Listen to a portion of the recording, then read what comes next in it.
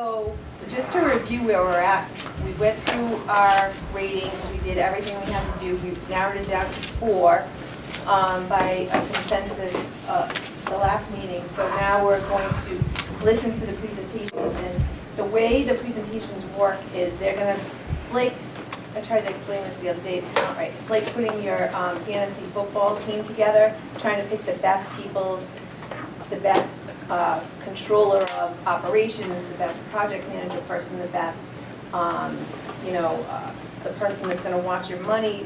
So it's about picking out those best people and making sure that you have the best fantasy football operation, but just narrowing it down to an OPM. So that's how this kind of goes. So you're going to listen to the presentations.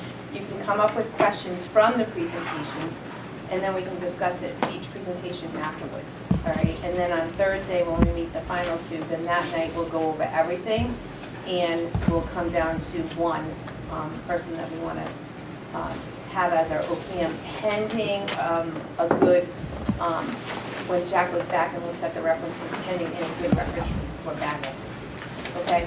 Just one other thing, I did have a conversation today with the engineering services that are doing the land. They've done the aerial view, so that's all done. They're starting to go on site to look at certain areas. They have a questionable area about wetlands that they're now flagging that they're going to do additional work for, but it'll be all within that $20,000. I think it's like $1,500, but I'll make sure that I pass that, forward that to everybody when I have a chance. All right, and then this is the rubric for the, it's very easy. It's either advantageous, semi-advantageous, not advantageous, poor. That's all it is. So just keep the things in mind that make the best project manager for us, okay? All right, so you're welcome.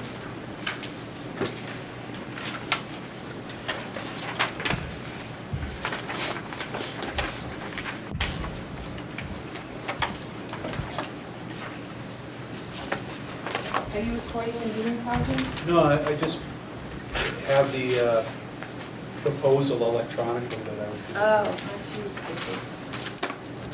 do. Mr. Sadik, are you recording the meeting? Yes, I am. Okay. Mr. Healy, are you recording the meeting? I'm taking bad notes. And Freetown, are you recording the meeting? Yes. All right.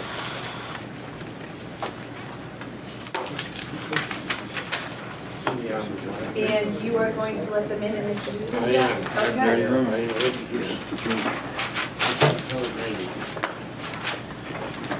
Okay. Okay, this is CDR McGuire, and I'm going to introduce Andrew Pellegrini, who you see in your packet, your handout, is the project manager for this team. Who's going to introduce the other. Right, I guess it's great to be here. I appreciate you having us. Sean's going to kind of run with the beginning of the proposal, and then I'll jump in during the slideshow. And we'd like it to be an interactive, presentation. So please, any questions along the way on any slides, anything in the pamphlets, please ask the question. Or if not, we can wait till the end. But we'd like to make it as interactive as it can be. So I'll turn it over to Sean Flanagan. And he's going to kind of do the introduction. Well, first and foremost, we want to thank the selection committee for, a little louder, sorry about that. First and foremost, we want to thank the selection committee for inviting us to be interviewed, the shortlisting. We certainly appreciate it, and we want to convince you why we should be your OPM for this project. So, that being said, as Andrew said, I'm Sean Flanagan. I'm listed as the PIC principal in charge for this project. With me now is also Al Calcano, and Al is our project executive, and Andrew Pellegrini will be our on-site project manager. So the question of why CDR McGuire, you've no doubt gone through our proposal, you've read through it, you've seen it, but CDR McGuire we have a public safety construction facility division in our OPM sector that has been a leader in public safety projects throughout the Commonwealth. For about the last 12 years, we've done $200 million worth of projects and successfully managed $200 million worth of projects, and most of those were public safety facilities, either police or fire stations. And 63% of our OPM work is in public safety. Going along with that, we've completed 2 regional communication centers, and we're working on a 3rd. Also, too, we have local experience that we've had. We're just finishing up a project in Acushnet. Am I saying that right, Andrew? Is it Acushnet? I'm a Acushnet, so I just know him from golf balls. That's pretty much what I know him from. So we're just finishing up a project in Acushnet. We're currently working on a project in Norfolk and another one in Rentham with the Regional Communication Center. So we have some projects that are very close to here. No doubt some of our references were those people that you may or may not have called. One of the things that we do that has been a stronghold of ours is we coordinate and assist with the police department, with the entity that we're working with, whatever town, district, because what happens is we know that the contract has a certain amount of work, and that there's also then things that are furnished by the owner, whether it's the communication system, the tower, other particular items that the police furnish or that the town furnishes. We want to make sure that those get coordinated into the project. And Andrew's going to go into more detail on that, but things like a fingerprint machine to make sure that there's a power outlet for it, things like that. So during the design process and certainly during construction, to make sure that all those things are present and accounted for. Our goal is to be viewed as an extension of your staff.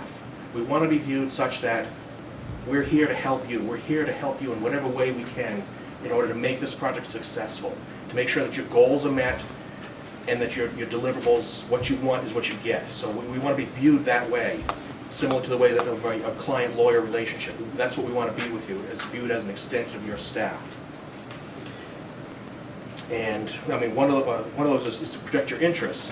And first and foremost is to, we look at budget, schedule, and quality. We want to make sure that the budget is being met, that it's not being exceeded, that the schedule, the duration is appropriate, because no doubt we want to, and certainly make sure that that there's no interface and no issues with the current police station. Because if you're doing a cutover, if you're working there, in other projects we've done retrofit projects, so we've had to work in an existing station. So first and foremost, to make sure the continuity of service is there. So anytime we're doing a public safety facility, continuity of service is one of the first things that we take care of, and we can account for that certainly in our budget and our schedule. Quality is what we also want to do too, is make sure that you get the quality that you're looking for. So that starts with the design team, then it ends up going to construction. We make sure we get those as goals, and we drill those down into all the other stakeholders that get brought on board after us. And so certainly, as I said, we do that during the design phase with designer selection and managing the designer to make sure that they don't go off the rails with budget or other thing or schedule. And then when the contractor gets on board, we do the same thing. So that's a brief introduction. Andrew's going to go into more detail on some of those particulars. So at this point in time, I'd like to turn the program over to Andrew. So Andrew, take it away, please. Thanks, Sean. Thanks again for having us. So I'll kind of run through the slideshow, and like I said, if there's questions or if you want to make it interactive, please feel free to jump in. Sean went through the project team, Sean, Al, and myself, and I'd be the day-to-day project manager. I'd come to all the committee meetings, I'd do the committee meeting minutes, things like that. I'd do all the coordination with the planning board, conservation, and the fire department, and all those other departments in town, along with the committee. A brief agenda of what I'll go through in the slideshow. The design phase, some value engineering, which takes place during the design phase, the construction phase, closeout and commissioning, and then we'll close questions or anything the committee would like to do. So, Excuse me. Yep. Right here. Hi, I'm Lisa. I just had a quick question. When you said you were going to be the point person on those areas, Yep. would that also include the weekly construction meetings as well? Correct. Okay. I would be on site as well. So I act as a project manager and clerk of the work. So Okay. I would be here from the beginning till the end, concept to completion. So, which is nice when you don't hand the wand after design and it goes out to bid, but the plan would be for me to be here from concept to completion. Okay. Excuse me, sir. So Yep. on that vein, as you would be project manager and clerk of the work. Correct. So basically, you would be at this site the construction every day. Correct, when construction started, so. You know, and during design, we try to work with the towns, you know, everyone has a budget. We're not trying to come in here and have 2 guys here every single day. Obviously, there's a lot of work that needs to be done outside committee meetings, but during design, we're not necessarily 40 hours a week. But obviously, like I said, there are a lot of tasks that need to be done outside and then report back to the committee to make, you know, the final decisions and blessings, so. So, like I said, basically there's 3 main phases that we're going to go through in the construction of the new police station. The design phase, the construction phase, and the closeout and commissioning. And I don't think if I had to pick one, I think they're all just as important as each other, but the design phase is definitely very high up there as one of the more critical phases that we'll go through.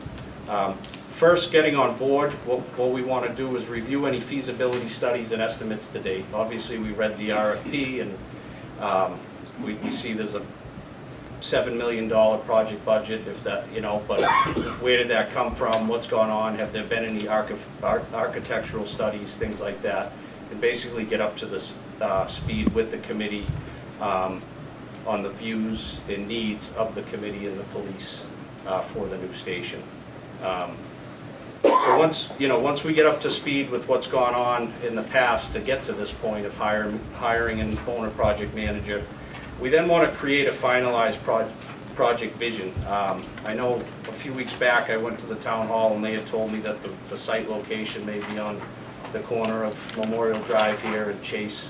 So it sounds like that's where it's going to go. Now, we just need to finalize those things, if that's definitely the site where it's going to go. Yep. We actually have an engineering firm looking Yep. at that right now. They just finished their aerial overview of Yep. the land. They did flag some questionable wetlands, so another company's coming in Okay. to look at that. So we don't know exactly Yep. where on that land it's going to be situated, so it could Yep. be on the corner, it could be somewhere Gotcha. other. It's somewhere within the 50-acre parcel. Right. Okay. And I think that's a huge part of this whole 2 to 3 year process, is creating the project vision. And before we go out for design of selection, really knowing what the committee wants, and we'll work together on that. Do we want a brick building? Do we want a brick front? Do we want hardy board on the sides and the back to try to save some money? But the more we can create the project vision, the easier it makes for the architect to just give them a pen and paper, and they can go a little bit wild. Whereas if we steer them in the needs of the department and the committee, it's a lot better for everyone. Then they go back to the drawing board and come back with something a lot closer to the vision. So that's key to create the vision. And once these studies are complete, just some of the thoughts and needs of the police. And then once we've created the project vision, we go out for designer selection. We've been shortlisted a few architects, and I'm sure you guys have toured a few stations and whatnot, and there's, a handful or 2 handfuls of a lot of architects that do public safety. I think in an architect's contract, a great thing to do is to put a timeline and say, we need to have 100% documents within 6-7 months, but put it in that contract so that they're bound to a certain time limit. A lot of them like to come in and talk a big game, but they're designing multiple projects, and that's another reason why we're here, to keep the focus and to keep the bus moving in the right direction for the project. So once we get a designer on board, there's going to be 3 phases of the design. There's going to be a schematic, which they say SD, a design development, a DD, and a construction document phase. And basically, the architect's going to report to myself and the committee during these 3 phases, and there's going to be 3 estimates with this as well, which we're going to critique and go through all the estimates, and do some of those value engineering things that I'll talk about here in a minute. We have up here 8 to 12 months. Would love to do it in 6 or 7 months, but this is just an industry, what we see. Some of these things take time. Sometimes the planning board may take a few months to get through. Once we schedule it, sometimes there's conservation issues, like you said, maybe some wetlands. So some of those things, the process just takes time. But we're here to push the process and to get it out to bid, you know, as quickly as we can, but it's about quality documents. It's about getting 100% documents that the committee's comfortable with, and then once we're all on the same page with the designer and we're comfortable with the plans and specs, we go out to bid. So the next slide. During the design phase, some of the things we'll go through. Value engineering review, I have another slide or two on that. And really just value engineering, you know, some think it's making cuts to save money, but it's really designing an efficient building with simple roof lines, simple structures, and keeping costs down is more what we you know, recommend to owners, is try to simplify the structure as much as we can to make it function and operable is our main concern for the police department, that they can do their operations daily in a facility that meets the needs of 2017. We're going to go through some civil and site reviews and quality control, mechanical reviews, different HVAC systems. There are options. Sometimes the architects and engineers like to come in and say, well, you have to go with a rooftop unit and a VRV system, which is the variable refrigerant volume, and those are basically, like you see here, dampers in the ceilings. But there's other systems, this VRF system, variable refrigerant flow, which are basically those Mitsubishi units, either on the wall, or they make pretty slick recessed ones and drop ceilings nowadays, which if you're gonna go solar, that might be a good system. They're obviously electrically based, but if there's a thought of solar, that may cover a big chunk of the electrical cost to run, you know, a system like that. But there are options, and we're here to, you know, push the architects and the engineers to give you those options and not just go with their one recommendation. You know, electrical and plumbing reviews, it's key to, you know, put bathrooms and locker rooms in the same area so that there's less, you know, plumbing and things like that. And the simpler we can make things, obviously, the best for the budget. Commissioning review, actually, a good commissioning review starts in the design phase. We're going to go through those things. We're going to look at things, what things need access in the ceiling, so when we turn this building over, and when the maintenance staff and any other vendors have to come in and fix things up above the ceiling, that they're accessible and that there's access panels and valves and all the things like that. So we look at that early during the design to make sure that when we're closing this project out and turning over the keys to the department, that all those things were thought of before the project even went to bid. And we're not catching those when everyone's scrambling to try to get the building finished. And then once the committee's on board with the 100% documents, and you know, there's a motion and we approve the final documents, we'll go out to bid. So we'll advertise, we'll put it on the central register, we'll work with the town to put it on the central register. Combis, we'll, you know, post it in the local town hall, the local paper, and we'll do all the things that we have to do to meet the standards of the state. So, so once it's out to bid, the bids will, typically it's a 6-week process, as you may or may not know. It's about 4 weeks for the file subbids and then 2 weeks for the general contractor. So value engineering, so I think Jack had mentioned you may have viewed the Acushnet station, which is a very similar town and I think staff to this committee. And what we did, I came along at the first, when we opened the envelope at the first bid, when the bids came in $1 million high. The overall project budget was $5.7 million, and we were hoping for a construction bid of about $4.3 million.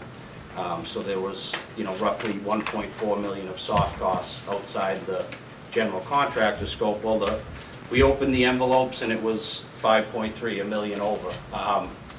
So you can see two pictures, a little tough from back there, but that was in the framing phase and, you know, the completed building on the right. But we went back to the drawing board. The architect was Castle Booz out of Foxborough, who does a lot of these police stations. And we, like I said, we simplified the structure in the roof. In the building slab, it was stepped. There was one level and it went down to two. We made it all one level.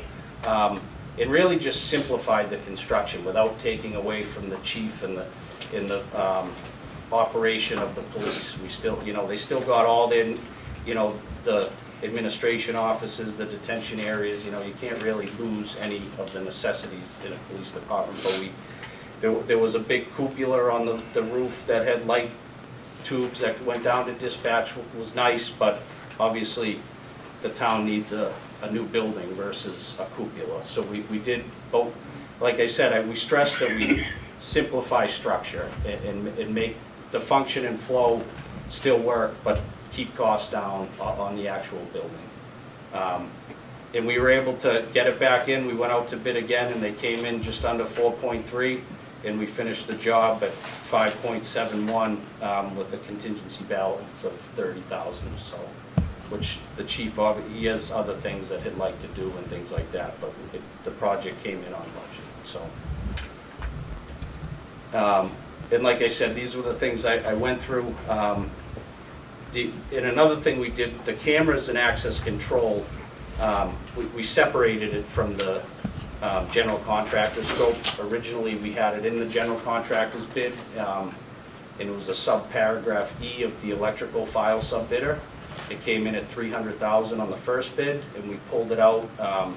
It simplified some access control and camera things, and we got it down to $170,000. So 130 helped us get the project $1 million down and within budget. But that was another thing, and that's something that we do, and we do early on in the process. We work with the architect. He doesn't really get involved with all the vendors that come off state contract, the tower, the dispatch consoles, the radio vendor. So we work with all those other vendors to make sure that things are incorporated in the design and then during the construction. You know, when they're roughing in the building, when it's all framed and we're putting electrical in different spots, we're the ones that think of those things, that there's going to be a dispatch console here and there needs to be power and data and all the special things, and we coordinate with state 911, which is also, I don't know if there's any regional talks in Freetown. Not every town is different. Some, so, but the time to think about it doesn't. So no. But so moving on. But it would be the time to put it in a dispatch center if it was going to go that route. But we do coordinate with 911 for the clock and things like that in the dispatch center. So during the construction phase, we're going to manage the daily construction quality. I'll be out in the trailer. We coordinate all the weekly on-site coordination meetings with the architecture and the engineering team, with the general contractor. We'll do the meeting minutes for those meetings. And we'll basically, any issues or anything that come up, we'll come back to the committee. But like I said, we try to really focus in the design phase so that the construction is smooth. You know, there's a lot of vendors and subcontractors during construction, but like I said, the more we do our document reviews of the architect's drawings, the less headaches we have in construction. And we're going to coordinate all the special inspections, the soil compaction, the rebar inspections, the concrete samples, the welding monitoring, any screw pattern checks on drywall, things like that. We'll coordinate that the proper testers are on site. There's different testing agencies that do this stuff, and they'll come out and they'll take cylinders of the concrete and do brake tests and things like that. And we'll keep a separate file, and then at the end of the job, turn a 3-ring binder. Basically all the testing that was, so under the footings to make sure that the compaction was, that's the gentleman on the right is performing a compaction test. And then on the left, you'll see this was the Kushnitz dispatch area, and we were building that during the winter time, but I'd make sure that they had the concrete blankets on it at the end of the day, things like that. So we're looking out for the quality of the committee, the police department, and ultimately the end product of the building.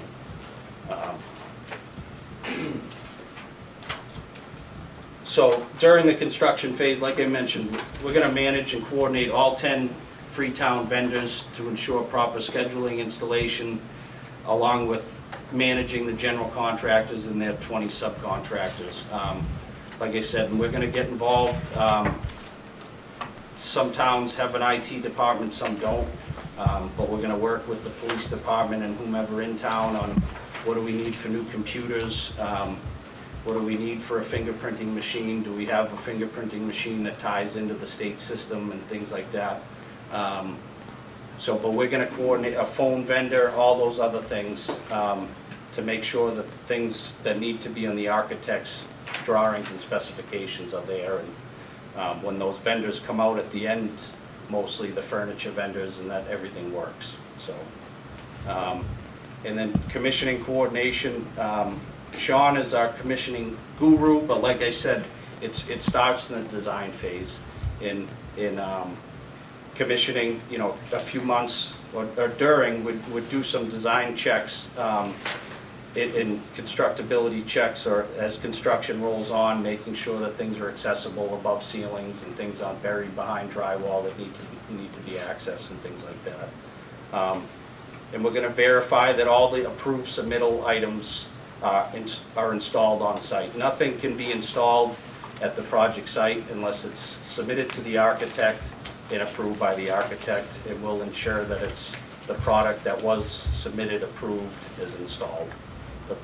And everything from the concrete strength to the finished carpet. So, and close out and commissioning, ensure that all mechanical, electrical, and plumbing systems, parts, and equipment have been installed per the contract documents, inspected by the applicable engineers, and signed off by the local town inspectors. So we'll coordinate that all the things such as the boiler or whatever HVAC system we pick, that the water heater, that everything's up and working prior to the police moving into the building. But we'll coordinate all those functions and work to ensure that all the inspections are signed off as well before the police occupy the building. And then we'll do startup and testing prior to police occupancy, and typically it's in the spec that all the vendors need to do an actual videoed training of how to operate these, these pieces of equipment. There'll be a big generator. I would imagine, the town will get a service contractor, if something goes wrong with the generator down the road. But we'll be here, like I said, and we're here concept to completion. So it's nice to have that one leader of the project that oversees the whole process. And I think the construction phase, I mentioned 12 to 16 months. That's just what we see. Like I said, industry would like to speed that up as fast as we can, but just based on prior police stations and prior projects, that's roughly what we see on a $7 million project. It's about 12 to 16 months after we go out to bid. And then close out, commissioning and startup starts to happen a few months before the police are planning to occupy the building. So, and then we're around after too to deal with, knock on wood, and hopefully no headaches, but things do come up. There's a lot of different materials, a lot of different contractors that tie into each other. So we still stay in touch with all the chiefs or leaders of any buildings that we've built. And then punch list, we're going to push the punch list and ensure that the architect and engineer does a thorough review of installed products. And we're going to verify that the general contractor and all subcontractors have completed punch list items in a timely fashion. And through the whole process, we'll monitor the pay requisitions on a monthly basis, and if work wasn't performed, it'll be cut and they won't get paid, and there'll be retainage, 5% retainage held, and if they want their retainage, they'll have to get their punch list done, and they won't get paid unless the punch list items are complete. So,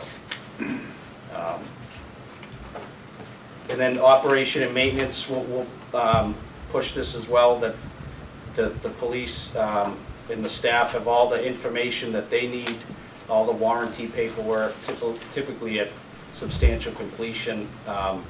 You have a year warranty on the whole building and all the different trades work. And then, you know, during that year, you start thinking about the service contracts and other things like that, that will work with the town to ensure that all the proper O&M manuals are submitted by the general contractor and his subcontractors to the architect, and they approve them, and then we'll turn them over to the, you know, the police staff, and maybe keep a few books at the town hall, or designate a, you know, a place that if something should go wrong, this is, you know, list who you call and things like that. So. And with that, would like to thank you, and I'd like to turn it over to Al. He's going to say a few things. So we appreciate you having us. Thank you. We'll probably have questions. Yeah, sounds good. Once again, my name is Al Calcaño.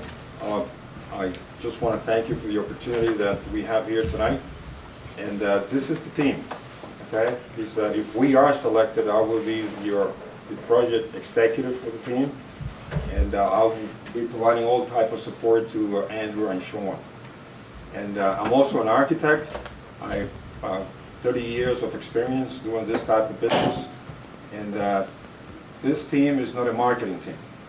If we are selected, this is the team that you will see here, that you would deal on a daily basis, and I will be providing all kind of support.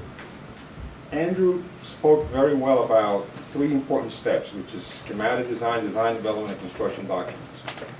That is the stage where we come in and do a lot of, go right into the documents, to be very familiar with the document, just as well as the architects and the architects team, you know, team of consultants.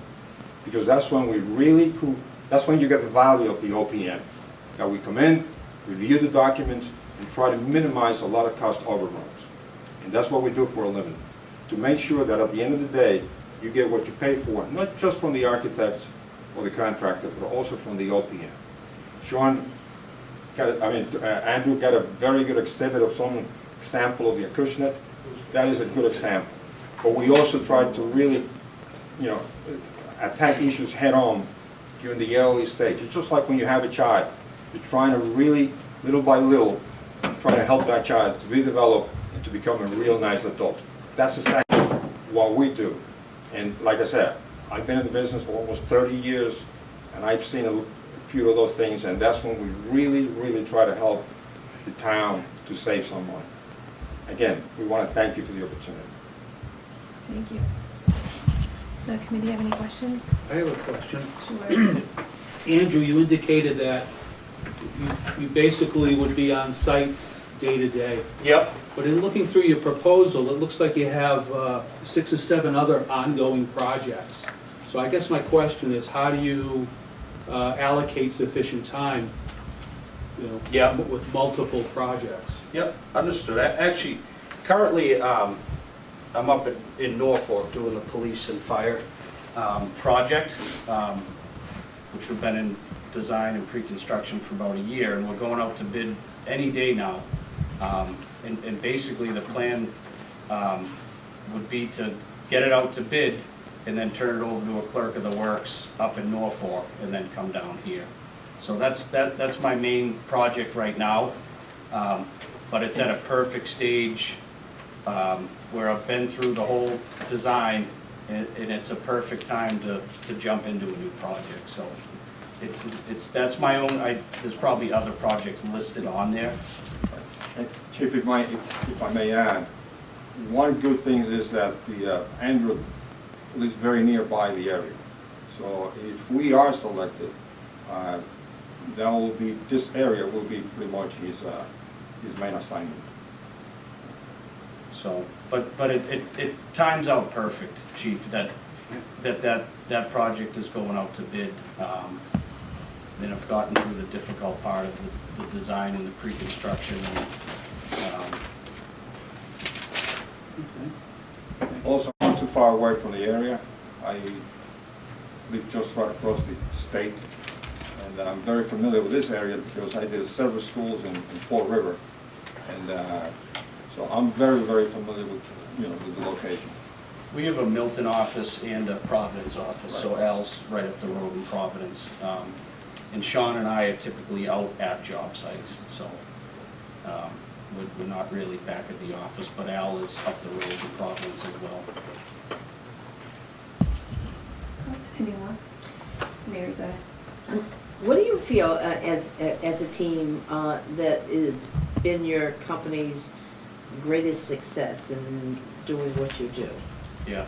I would have to say, like Al mentioned, he was an architect. Sean and I were predominantly builders, so we get it on the building side. And like Al said, he was an architect, so he gets it, what an architect goes through. So I think leading and managing a project when you've actually built things and been through how to put things together, you get a lot better feel of how to put any building together. A police station, we've done multiple police and fire, so we know the things that can go in and how, like I said, about simplifying structures.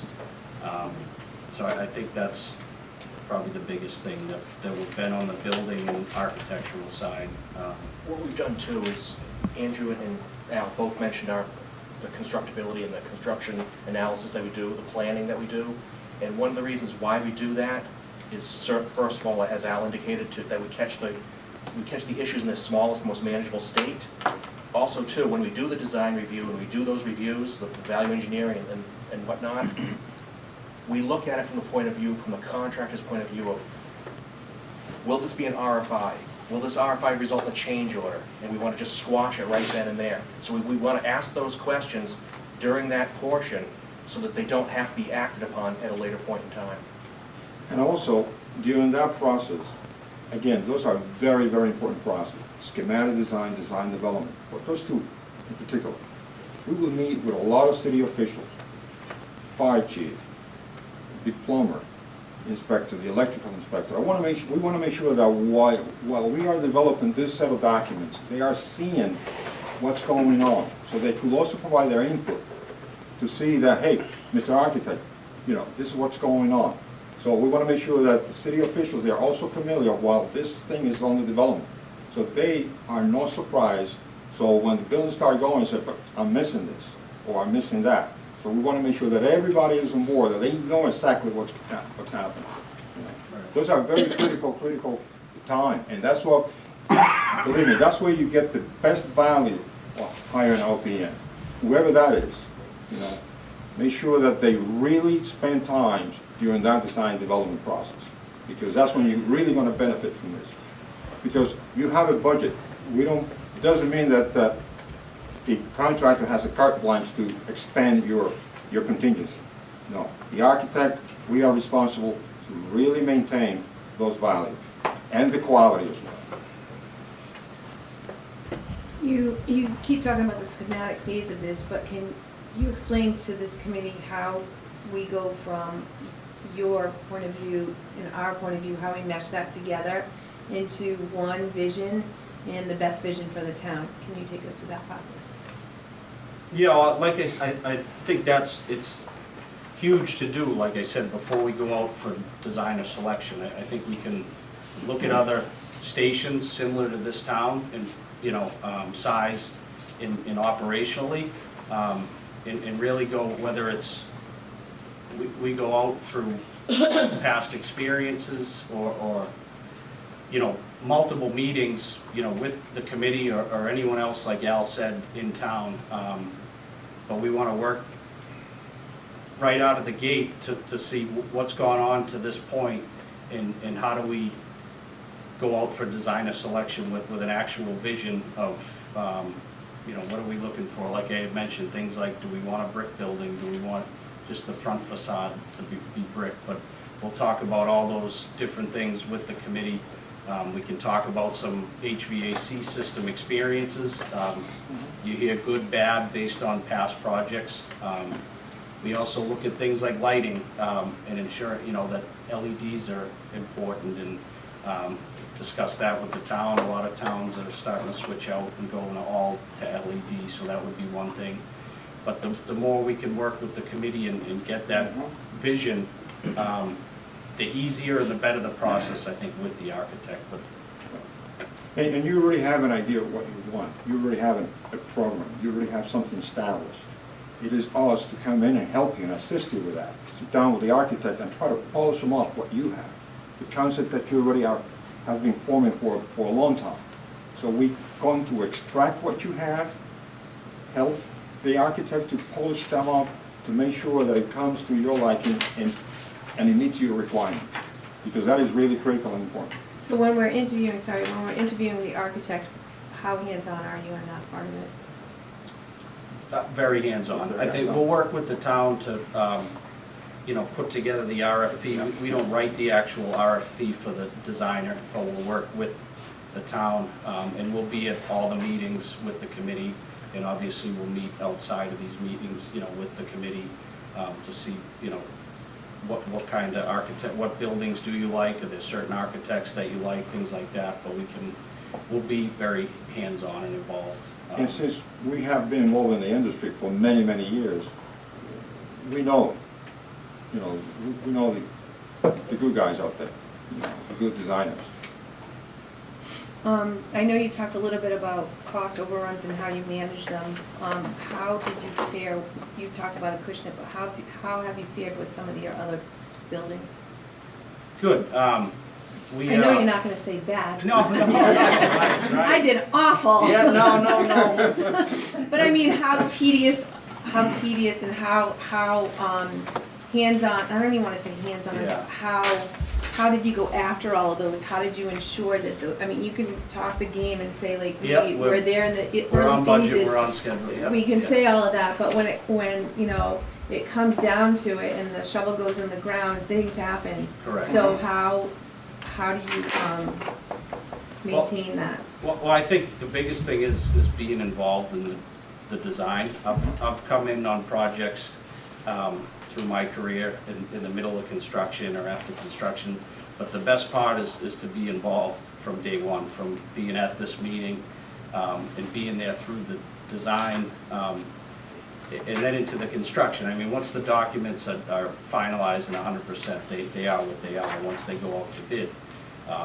And there's going to be, construction and a lot of yelling and screaming, and there's a lot of contractors involved. But we can't stress enough the design reviews in the simplification of the drawings and the specs to avoid the change orders. Acushnet, we had $65,000 in change orders at the end after we had value engineered it, and we came in and almost half of that was from some lockers we were able to add back in at the end because we had to take them out. There was a 6-bank in the middle of the locker room that was deleted as part of the whole value management system. But I can't stress, I've been out, I did Webster Police and Fire, unfortunately, and that, the project, the police, it was a police and fire. The police went a little bit over before it took some money from the fire, but the town had gone to the town, the town's, the town hall, town administrator, etc., went to the town voters with a budget that was done by the architect, and there was an existing building on site that wasn't part of that budget that cost $500,000 to take down. So there was some things that were done before the OPM came on board. So I know you guys are doing it right, and every town does it a little different. And some towns say we don't need an OPM, but like Al was saying, we try to save the committee and the town more than what you pay us, and we feel that. And again, like I was saying in the beginning, the only way that we could really help, it is really getting very familiar, just as familiar with the documents as the architect. So when the contractor comes in, they say, hey, there's a change order for this. Hold on a minute. We are very familiar with the documents, the drawings, the specs. Let's see if you deserve that. Okay? So and that's what we do. We're going to negotiate with the contractor, and before any change order is approved, if you really deserve it, that it was not in the documents, because you're never going to find a perfect set of documents. never gonna happen. But you're really gonna find a group of guys that are very familiar with the documents, so that we will negotiate any big or small change order on your behalf, and inform you exactly, step by step, what's going on with that change order, before you hit any surprises. And I think even before we get to change orders of construction, the key is to this whole room be on the same page Exactly. of what we're going out to bid with. And with the 3D modelings and the pictures, and even if it's spending a few $1,000s on a model that sits in front of us. In Acushnet, there was one selectman that had an issue with the gaps in the hardy board on the building, but those need to be there for expansion and contraction, you know, so. But the biggest key, before we go out to bid and put it on the street for bid, this whole room is on the same page. And like by looking at models and 3D things, and we should be able to do that and minimize the changes during construction. And another way to do that too, if I can just throw in, is through a designer selection. So what you want to do is we want to make sure that we have the right designer, and then when they do their documents, pardon me, Chief, but we make sure these documents are bulletproof. That's our goal.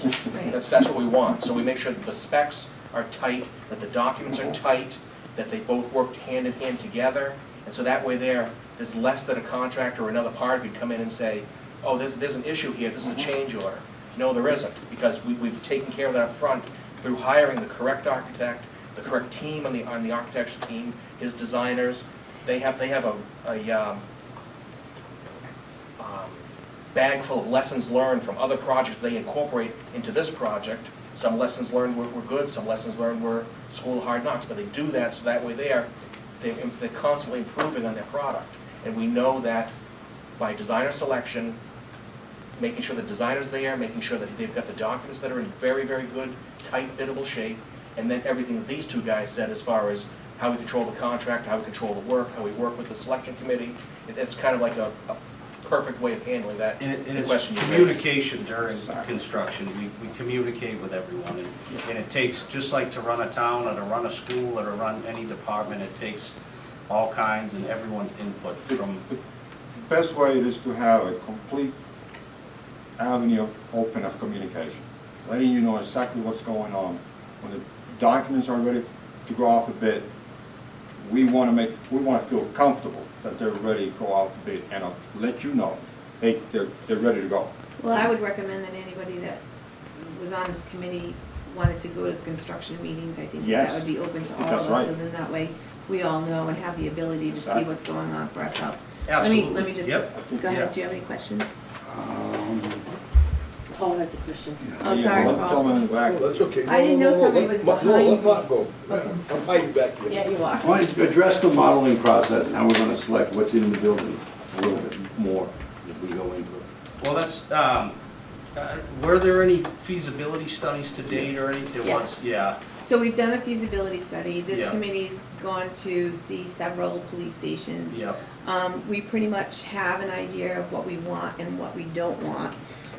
But I think that we've talked about maybe having a couple of more meetings and like honing in on some of the things that are necessities Yeah. and some of those things that are sort of wish Right. list Yes, kind of right. things. So when you are looking at the construction phase of it or the design phase of it and we are cost overruns or whatever, those things are easily taken out, but there are things that we cannot do without. But those are things that Correct. we still need to And I- talk about. Right. I mean, obviously, a detention area and things like, sometimes, community rooms and training rooms, they're definitely wanted and, needed in a modern-day facility, but could you maybe live without it if you could do trainings in other town buildings?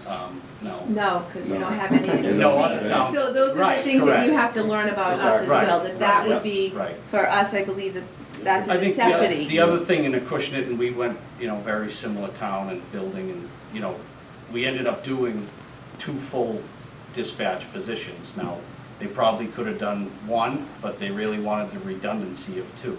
That if one went down, now maybe you could think about buying 2 radios and only 1 complete dispatch console, but we can go through those, but there's different, or whatever, but we need to go through, operationally what's been thought about and just talk through those things. I mean, obviously, there's things, you need to report writing area, those are things you can't do away with. You need desks for the sergeants and the day officers, and you need a men and women's locker room, and don't value engineer or don't take out the exhaust on the lockers, because they've done that on other projects, and it's a nightmare. So keep any, you need exhaust for those lockers so that the lockers can breathe.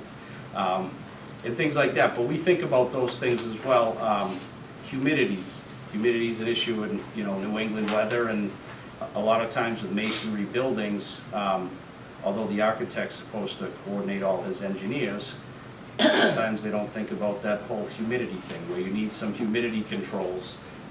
They put in heat and AC and think, but then you go into a building, in July or August, and if it's full masonry, it's like a basement, you need humidity controls. So those are things that we bring to the. Carports are really important to us too. Yeah.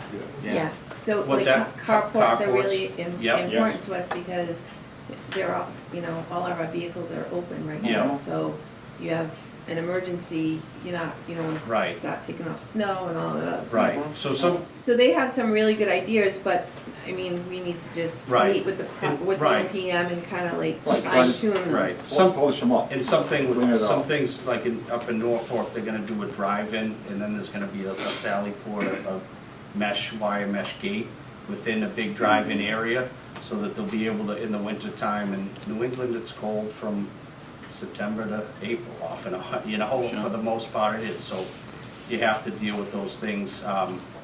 There's different thought process of, do you put radiant heat in a slab?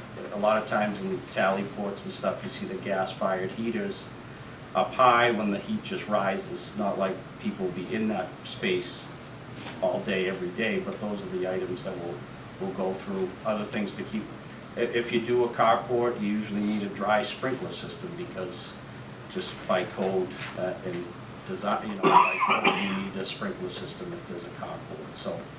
We're just gonna keep going. Yep. But do you have any more, Mark? I'm all set. Okay. Just quick, is there anything that your company can do to help us promote this project to our taxpayers? It's all for nothing if they're not on board. Yeah, absolutely, That's something you yeah. guys do. Yeah, we're here for you guys, and we're here to get you a modern day facility that, I had a chance, I went in, I didn't go past the lobby, but I really didn't need to. And I don't know us, but we get that, sometimes we go down and try to take, pictures of the facility. Sometimes it's tough for the police station, because it's we obviously go and talk to the dispatcher first, but us in the building industry probably wouldn't classify the current station as a building. It's more of a fort or a hut, so, but we're on board to come to all meetings, whether it's open town meetings. That's what we're here for. We're here to be the eyes and ears, but we also know we're not the owner. You guys and the taxpayers and the police department are the owner. We're just, like Sean said, an extension of your staff. So we're not the end user, but we're here to help make this process simpler and bring you the decisions you need to make this $7 million project happen. Were you the three principals involved in the Kushner project? It was myself. I was pretty much the only one that was down there. It was pretty. Andrew was on site. I ended up doing some Some pre-construction reviews. reviews and things like that. Okay. And they were gonna do commissioning, but they didn't do that, so then some of my duties there just fell off the table as well, Yeah. so I was in the beginning. Andrew, you were the person on site every day. Correct. And I was involved in the value management portion of the project to get it within budget. And but in the commissioning, basically, I just had to make sure, instead of getting a commissioning agent, like we said, we can act as that early in the design to make sure that those things, but we're making sure that all the things are put together, that there's a control system for the HVAC, and that A talks to B and things like that, and that's what we're here.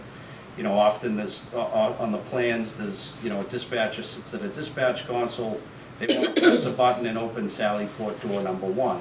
Now, usually the architects don't put anything on the electrical plans, but there needs to be a wire that goes to each overhead door controller from the radio room, whether it's an 18.3 dry contact, to just so that the dispatcher, when they're the police are bringing in a client, if you will, or something, and they need the door open, dispatcher can press open door 1, close door 1, that sort of thing. So we tie all those other vendors into the building. Charlie? I have two questions. First of all, I see through your proposal here, you did Acushnet, you did Webster, you did a couple other towns that I would say were economically challenging. And I'll just hone in on Webster. How successful do you think the project actually was? Were you able to get what they wanted into the building, or are you kind of sometimes looking and say? I keep a, and like we say, and we're only as good as our last job. It's all about references. So Webster, I still talk to the chiefs, the fire and the police a lot. The fire chief Moore, we just did a renovation at his station. They shared a building, and the police went to a new building. That was a $12 million budget. It was bid in 2013. But it also made it a lot easier. There was a gentleman who donated 6 out of the 12 million, which obviously helped that project, a lot. But like I said, we're only as good as our last client. So we're here to work from concept to completion to make sure that you guys get a building that'll be operational for the next 75 to 100 years, and keeping budgets and all those other things, in the back of our mind, the whole process. I was wondering a little bit about Webster because the former town administrator that you worked with one time said that Webster was so poor that he had to lay off people in Dudley. Yes. My other question is, who does the cost estimating for the building? So it's usually performed by the architect. So it's not usually, it is. A lot of the architects sub it out to an estimating firm, and we manage it. We don't have in-house estimating, but we could do third-party estimates if need be. We still review it. Correct. Not to say we don't review it, but we just don't have an in-house estimate. You need a very large department to have in-house estimators. But like I said, we know rough costs based on, the elephant in the room is prevailing wages, and there's nothing that the three of us can do about that. And there are 3 critical steps during the estimating that we will need to be involved with that, to make sure that, the architect is designing based on the budget and everything is going pretty much parallel. So we will review the estimate, perhaps it's 30, 60, and 90%. So we want to make sure that, hey, the designer is still providing, he's going by your menu, because there is a menu that he needs to follow. Don't fall off the menu. It's just like going to a restaurant. You go with a certain amount of money, you need to maintain that.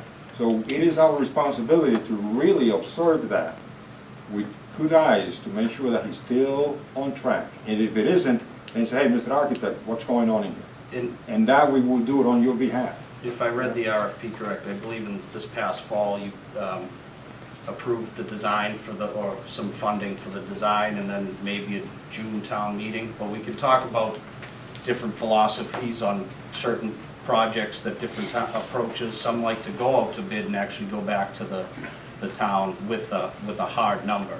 But it looked like you were trying to go back in June, or if that was just a rough guesstimate at the time, but I read that in the RFP. We went out for OPM and our engineering services that are being done right now on the land. Gotcha. Once we go out for our design services, like you said, and we have a hard number, then we would go back to the town for whatever funding mechanism we need. Yeah. Sir, going back to your question, the estimate is really critical. It's very, very critical. And that's what you have. That's what the money that you have. This is the design. Mr. Architect, is this thing's going parallel? If it isn't, we need to sit down and talk. We need to correct it. We need to correct it because the town doesn't have a carte blanche here. There's a limited amount of money. We need to stick to that budget. And we need to maintain a good quality of the facility that they're going to build. Like Andrew said, if it is well maintained, well designed, it should last for 75 to 80 years. And that's the plan. Paul? I don't know if you guys are lucky because you drew the first straw. Right. You're going to talk for 3 others. I just want to know from you guys, what makes you stand out? After we review the other 3 people, what do you think makes you stand out to us on the selection process? I would say our experience, our knowledge, and just our communication skills. And also, like I said, we're not the owner. There's some OPMs who want to stand up here and be in charge, and this is it's the committee's project, the police station project, and the town taxpayers project. So we want to help this committee, but we've been through these processes before. It is our experience and also the communication. You can't be left alone. You need to be informed all the time of what's going on with your building. What you have worked so hard to be there and for us to be here. And that is a very important thing. And I can say, I mean, we're not salesmen, we're workers, but I can say that the 3 of us up here would care about this project just as much as if it was in our hometowns or a project, an addition on our house. Any project has a ton of value, whether it's a home, a small doghouse. For all, it's you know, an expensive product, but unfortunately, you know, nothing is free. But what you're going to get is a quality building that'll serve the police department in the town for the next 75+ years, and that's what we're here to lead the charge and really be the Tom Brady, the quarterback of the project, if you will.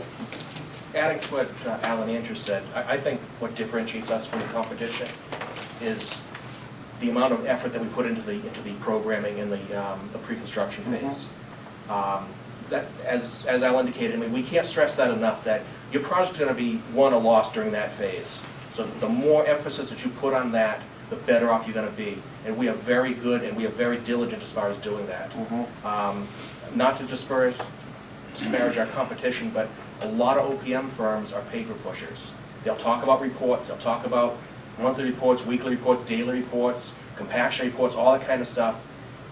They don't get into the amount of pre-construction tasks that we get into. And what happens is when we do the pre-construction tasks, they all get tied together. The budget, schedule, and quality all get tied together. And that there becomes a driving force through the life of the project to make sure that your goals are met from the beginning of the job till the end when you occupy the facility. And that's when you get your best benefit of hiring the OPM, during that process. Because during that process, it is when you're really going to be able to save some change orders. Because everything's being looked at very, very heavy around that process. Just a follow-up question. The chief made a good point. He asked about where you are now. Yeah. Because I thought in your original presentation, when you started off, you talked about you were going to be down here, and you also going to be clerk of the woods. Is that? Correct. So you're going to be here all the time? Correct. Correct. You're not going to be pulled off to go to another job? Go ahead, yeah. Go. Yeah, no, this is your team. This is your team. If we are selected for this project, this is the team that will be here. Okay? This will be the team. Thank you. Yeah. Thank you. Anybody else? No? Thank you so much. Thank you. Thank you. It's been a pleasure. Thank you. Likewise, thank you. Very well. My name is Lisa. I am the chair of the building committee, and we'll start down here. Go ahead.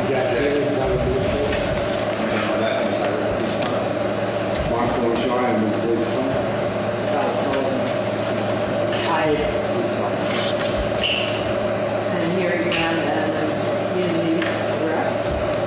He's also on the store. Yeah, I'm also a chair of the store, and also a town leader.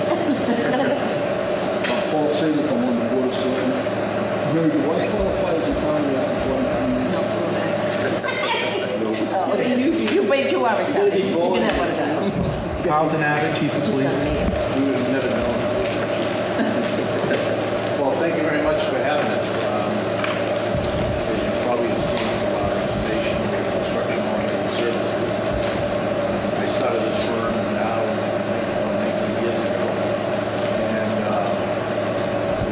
started it as being an alternate member of the building committee nationally.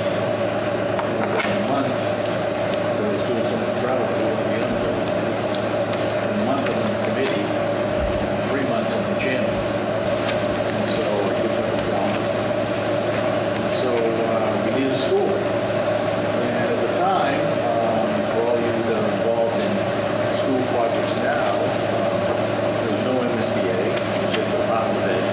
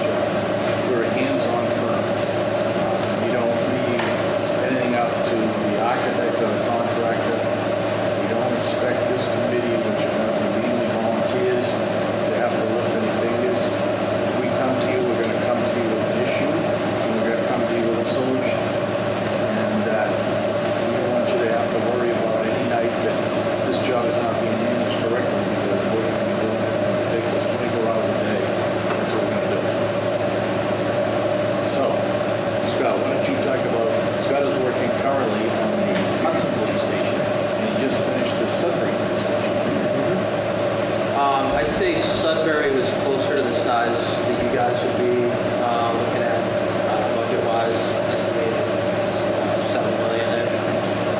That was a 15,000 or 17,000 square foot facility, 2 stories.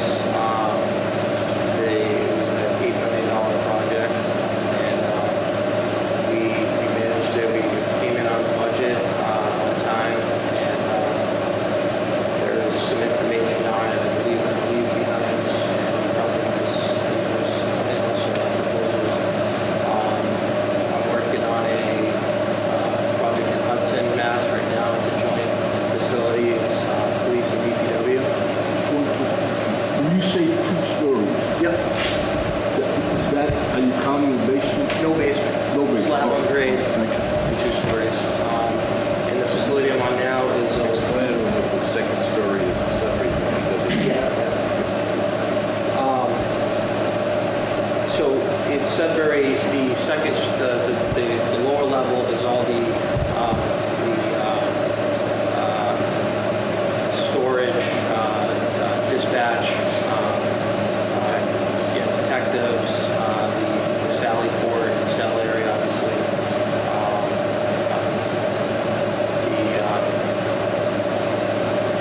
The second floor is the evidence storage, of course. And then the offices are upstairs and the administration is upstairs. In Hudson, it's a 1-story building. There's no basement, slab on grade. It's a 25,000 square foot facility. And a third of it is the DPW. And then the other 2/3 is the police. Shares a common entrance. You split off in each one. Dispatches, right in the front. And I think I'd say construction-wise, a police station is no different really than other buildings from a brick and mortar and drywall and finishes standpoint. But it does have a specific layout, and there's security and technology issues and things that we need to look at and coordinate to make sure that it works for you guys. And every police department is a little bit different, but it's all the same with the state 911 and the communications and the dispatch area. And I'll be happy to answer any questions you guys have if there's anything you can think of. Let me pick it up from there, and Mitch will probably tell you, these guys are up and coming, head to these companies. They spent 4 years at Wentworth as project management, study group there, and then they worked for our company now, probably 6+ years. And so more and more I'm bringing them in to these interviews.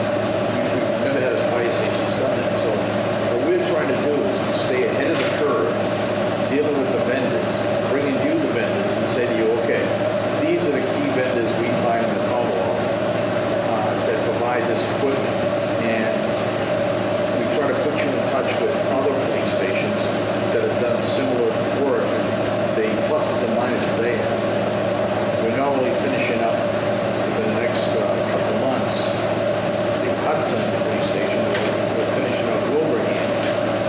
And, what's it, oh, no, library in Hopkinton. So, you know, just to say that police station and Scotch Wright, most of the bricks and mortar are the same. The key ingredients are cell areas, the celly boards, dispatch, and then making sure that all of the functional groups, the detectives, the sergeants, the report writing, and all those have a great interface with each other. So I'm gonna pick up where Neil would normally talk here. Neil and I have been doing a lot of the estimates. We do our own in-house facility, which we find to be an immense bonus to each project we go after. Because we were in the business, we know we were contractors, we know what to look for on the drawings. So when we're doing our estimates, we're making sheet after sheet after sheet of issues in the drawings. Before we let those drawings go out on the street, we're advising our clients to say, we should either bump a bid date and get the drawings right, or no, you know what, the things that we found are minor enough where the cost savings isn't there for us. And we can go through one project we were doing, they were getting close to the end of the budgetary constraints of the project during the estimate process. And we weren't hired to do the estimate. And they asked us, can we just look it over? So we looked it over in about an hour and found out that they were putting $10,000 into one light fixture in the building. We're like, well, we got 10 of those in the building. Let's pull those back and put something in. We can put it in as a bid alternate. It's really simple.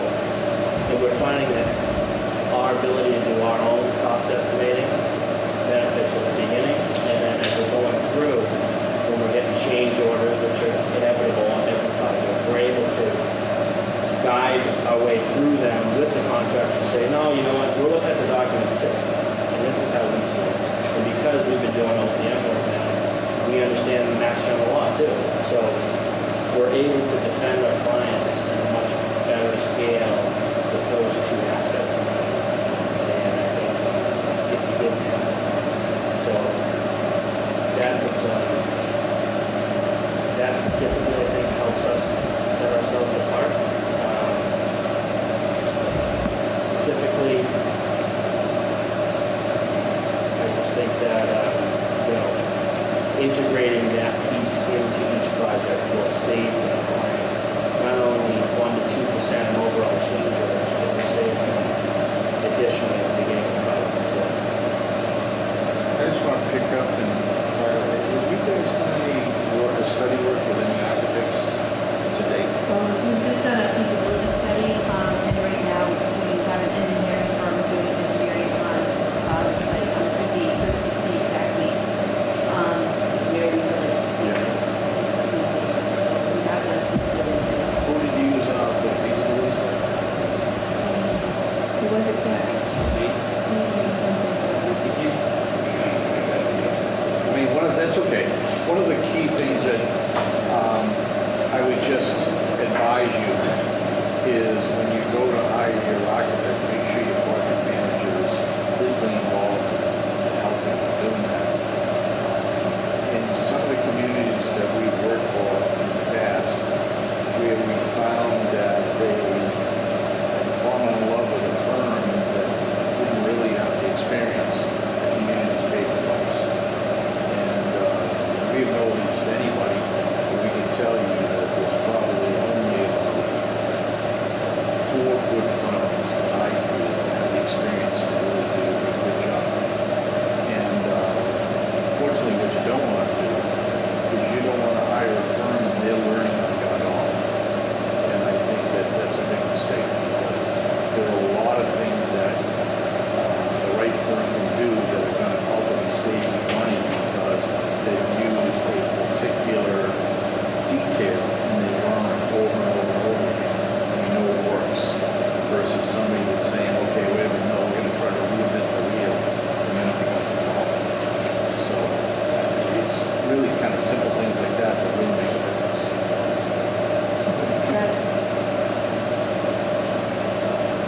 get selected, can you walk us through the process of what you do? Yes, absolutely. The first step we would do is we work with you right away to get the request for qualifications for the architect. We'd write it up, we'd submit it to you, we'd ask for your approval. Once you say it's okay, we'd do the advertisement, send the rich, the local paper, we'd get the proposals in, and we'd start to rank them. Not ranking to the point where you would then vote on it, but we would rank them to determine whether or not we feel that they have the qualifications as outlined in the request. We would also check all of their references. We would then provide a cheat sheet to the committee saying, based on the requirements here, here are the ones that we feel have the most qualifications. Put them on some sort of a scale. Second thing, once we get that done and we come to agreement with the architect, the first thing we would like to do is to get the architect to come up with, it's really a programming schedule, what they call programming schedule. That means they're going to sit with the department and they're going to say, okay, you've got XYZ men. So right away we know we need this many lockers. We need how many detectives you have, where they live, how do you like to circulate between everybody? Get all the requirements that is needed for the department. And you get it from the department. I mean, You get that from the department. well, you get it from the department by asking questions. So in other words, the architect, with the help of the project manager, would go and move these questions along based on past projects to say, okay, what are you going to do here? You know, a simple little answer. We've had several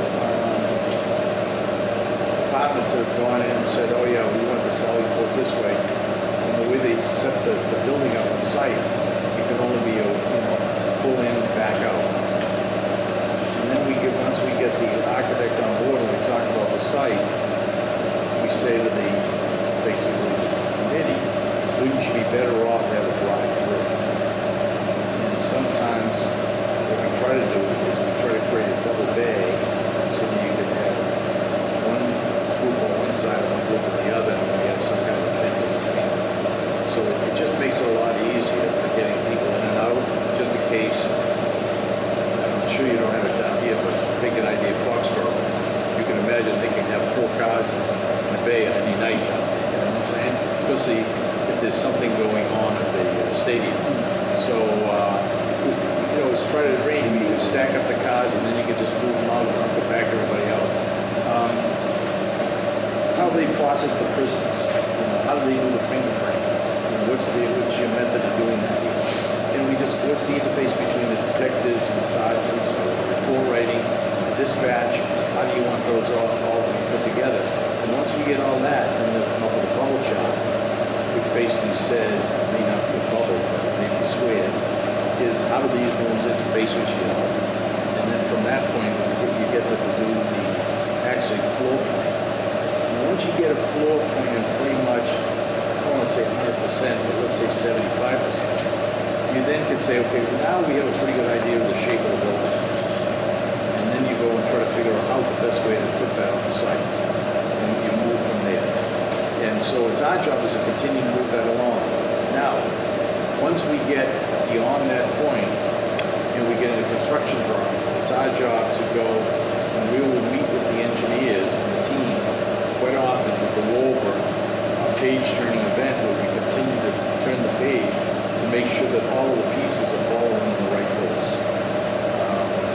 We just did this down in Hyannis and it was amazing. They said, oh, believe me, we went through these drawings and in about an hour, we had about 32 items that they had to go back and check. And it's because we take it from a whole different point of view. We're looking at not only from the viewpoint of the contractor, can he understand what he has to build, but also from a point of view that, we're wearing the owner's hat. We certainly don't want to put carpet in your lobby because now you get a snowstorm and in a matter of no time that carpet's rolling. Or in a room like this, if this was going to be a conference room, we'd say, wait a minute, you should have a chair rail here because first thing you're gonna notice in every police station does have a chair rail, is that there's a mark 3 foot up all the way around. I mean, it's just different things like that, you know, and you'd be surprised, some of the designers, even with their carpet, they'll pick a carpet, it's almost like they put a green carpet in the front, so it's like, whoa, wait a minute, what happens when they bring coffee? You know, this carpet, you gotta have something that, you know, and the only way to tell you is to get the carpet to blend into the carpet, because we know it's not gonna get cleaned every week, you know what I'm saying? And it's just different things like that that we try to add to the equation. I had an issue with the architect who was doing these simple little things like the toilet facilities. And I says to the guy, I said, oh, this is great now. You made this handicap toilet, and that's a single-use toilet, and it's down the end, so multiple people are going to use it. He said, well, let me ask you something. How many handicapped people do you think are going to use it? He said, oh, very few. I said, yeah. Then for the rest of the 99%, tell me how they're going to get the toilet paper out of the toilet holder. They got the reel here, they got the stack of the paper here. It's 12 inches off the ground. I don't know about you, but it becomes a real problem, you know what I'm saying? And I says, so wait a minute, why can't we put a small unit under the bar and put the bigger unit above the bar? You know, simple things like that. He had another thing he had is he had the mirror, he had the sink, and he has the soap dispenser over here. I'm saying, well, if you ever go in facilities, that's the case. You ever notice the tile is stained down below because everybody pushes and everything drips. Why can't you put it over the sink? I mean, it's just hundreds of those items that we feel as the owner, as the rep to the owner, that we look for in a different advantage point than the architect. A lot of they have the hallways where they have a light fixture up 25 feet in the air. You can't fit a ladder. So we say to them, how are they ever going to change the light bulb? Oh, well, you know, facilities are bigger. No. Facility, we don't even take a window out of the building to put a ladder in to change a light bulb? I mean, It's funny he says that, but if you go to the Lexington Library, it's Lexington, it's one of those. An architect took us over there to look at the committee. I said, well, they've been so true with this job. We kept on looking around. I said, so I left and I called the head of maintenance. He says, how do you change the fixture? He says, in this, they had like a reading room.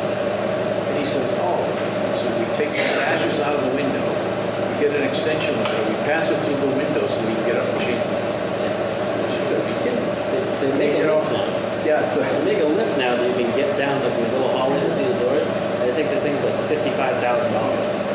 It's like, oh yeah, sure, that's a great idea. That's a great expense that you guys want. And, you know, like Kim was brought up, we had an architect, you know, and believe me, I love architects, don't get me wrong, I'm not degrading them. But they love to be honest. And so we had this job that, you know, we had to talk almost $500,000 out of it, and we started looking at the lighting package. And I hate to tell you how many fixtures for $10,000, $20,000, $30,000. And we said, whoa, this is crazy. I mean, you know, you tell me you can't get a nice looking fixture for $500 or $1,000. I mean, you know, and ultimately that's what we ended up doing.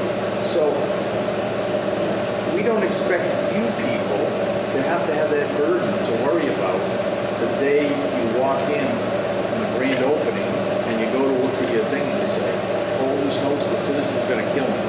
You know, they got the gold faucets and everything else. You just can't do it. You know what I mean? This is public construction. Everybody's going to criticize you. You know, oh, the chief, you know, will already have his money. I'm sure you'll have schools and the fire department and everybody else is going to want to do something later on. They're going to say, wait a minute, you didn't spend our money wisely. So, you know, I mean, I think that's what we try to bring to the table. Now we go into construction, we have to push both the contractor and the architect. And I'll tell you why.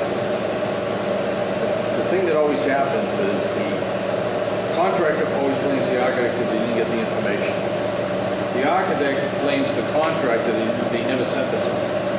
So what we've used, and now almost all of our jobs exclusively, is an online project management system.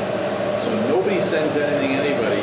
They load it in the system, and it automatically goes to the people that have been outlined in that schedule that we set up electronically. So they get an email saying, by the way, your shop drawings are in. now the clock starts ticking, because an architect has 14 days to turn over. So we get a report with a bunch of red little dots in it, saying, oh, Mr. Architect, you're way behind. What's going on here? You know, when you first start out with like an orange one, it tells you you're coming up in 10 days, you better pick up the pace. But the last thing I want is a contractor to say that your consultant delayed it. Because you know what that means? You're the one that hires the architect. You're the one that has to pay the claim, not the architect.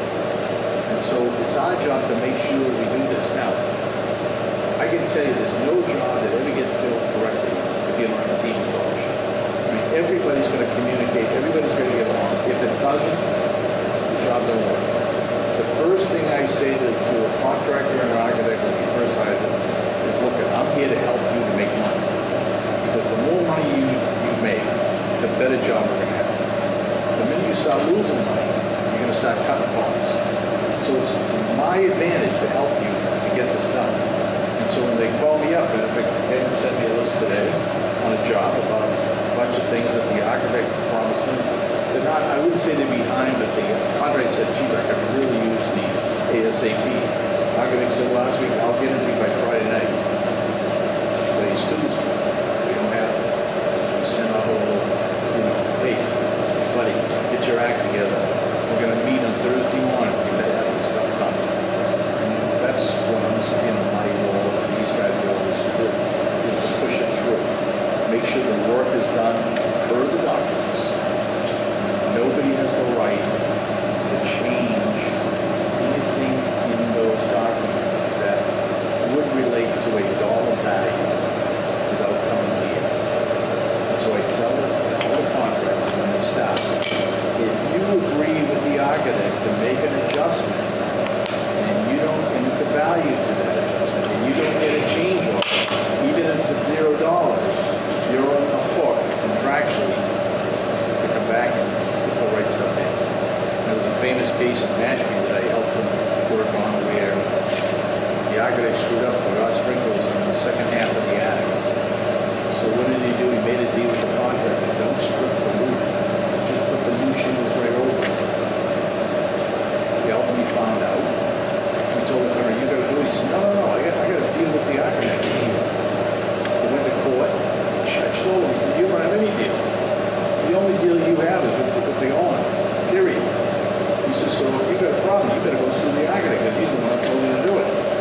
So, I mean, it's like those type of things. And I hate to tell you, but if any of you that have worked in the public sector construction, it's a dog-eat-dog world. I mean, these guys start out trying to, I don't want to say they all try to be faster, but they always try to go the easiest route. And I trained all my people that from day one when we start, we go into a project with the understanding that we have to defend the owner if litigation comes up. So we keep every piece of paper, every record. And we had a famous case back in the Nashville days where we went in against Stimulus Construction, a very big company. They walked in with a stack about this high, and we walked in with 4 boxes and $2 million. Within 2 meetings, their lawyer agreed to settle the case. We got $1 million penalty. So it's important that you look at our record. We've never gone to court on any job. We've always been able to find a way to settle it. And I think that's important. Here again, that comes back to the team approach. And that's even with dealing with, I won't say any names, but 3 companies that are no longer in business that everybody hated to get in this business. They hated the fact that they were there. And because we just said, hey, we got to find a solution. You can spend money on a lawyer, we can spend money on a lawyer, no one's going to get it. Let's see what we can do to try to settle the issues. So that's the name of the game. I mean, I've given you a quick synopsis, but I want you to go a little bit further and say, you guys you come down and stay on the job site? we will have a full-time, touched on that. we will have a full-time guy here every hour that construction goes on. Yes. Weekly construction meetings? Yes. I don't want to say until I get the architect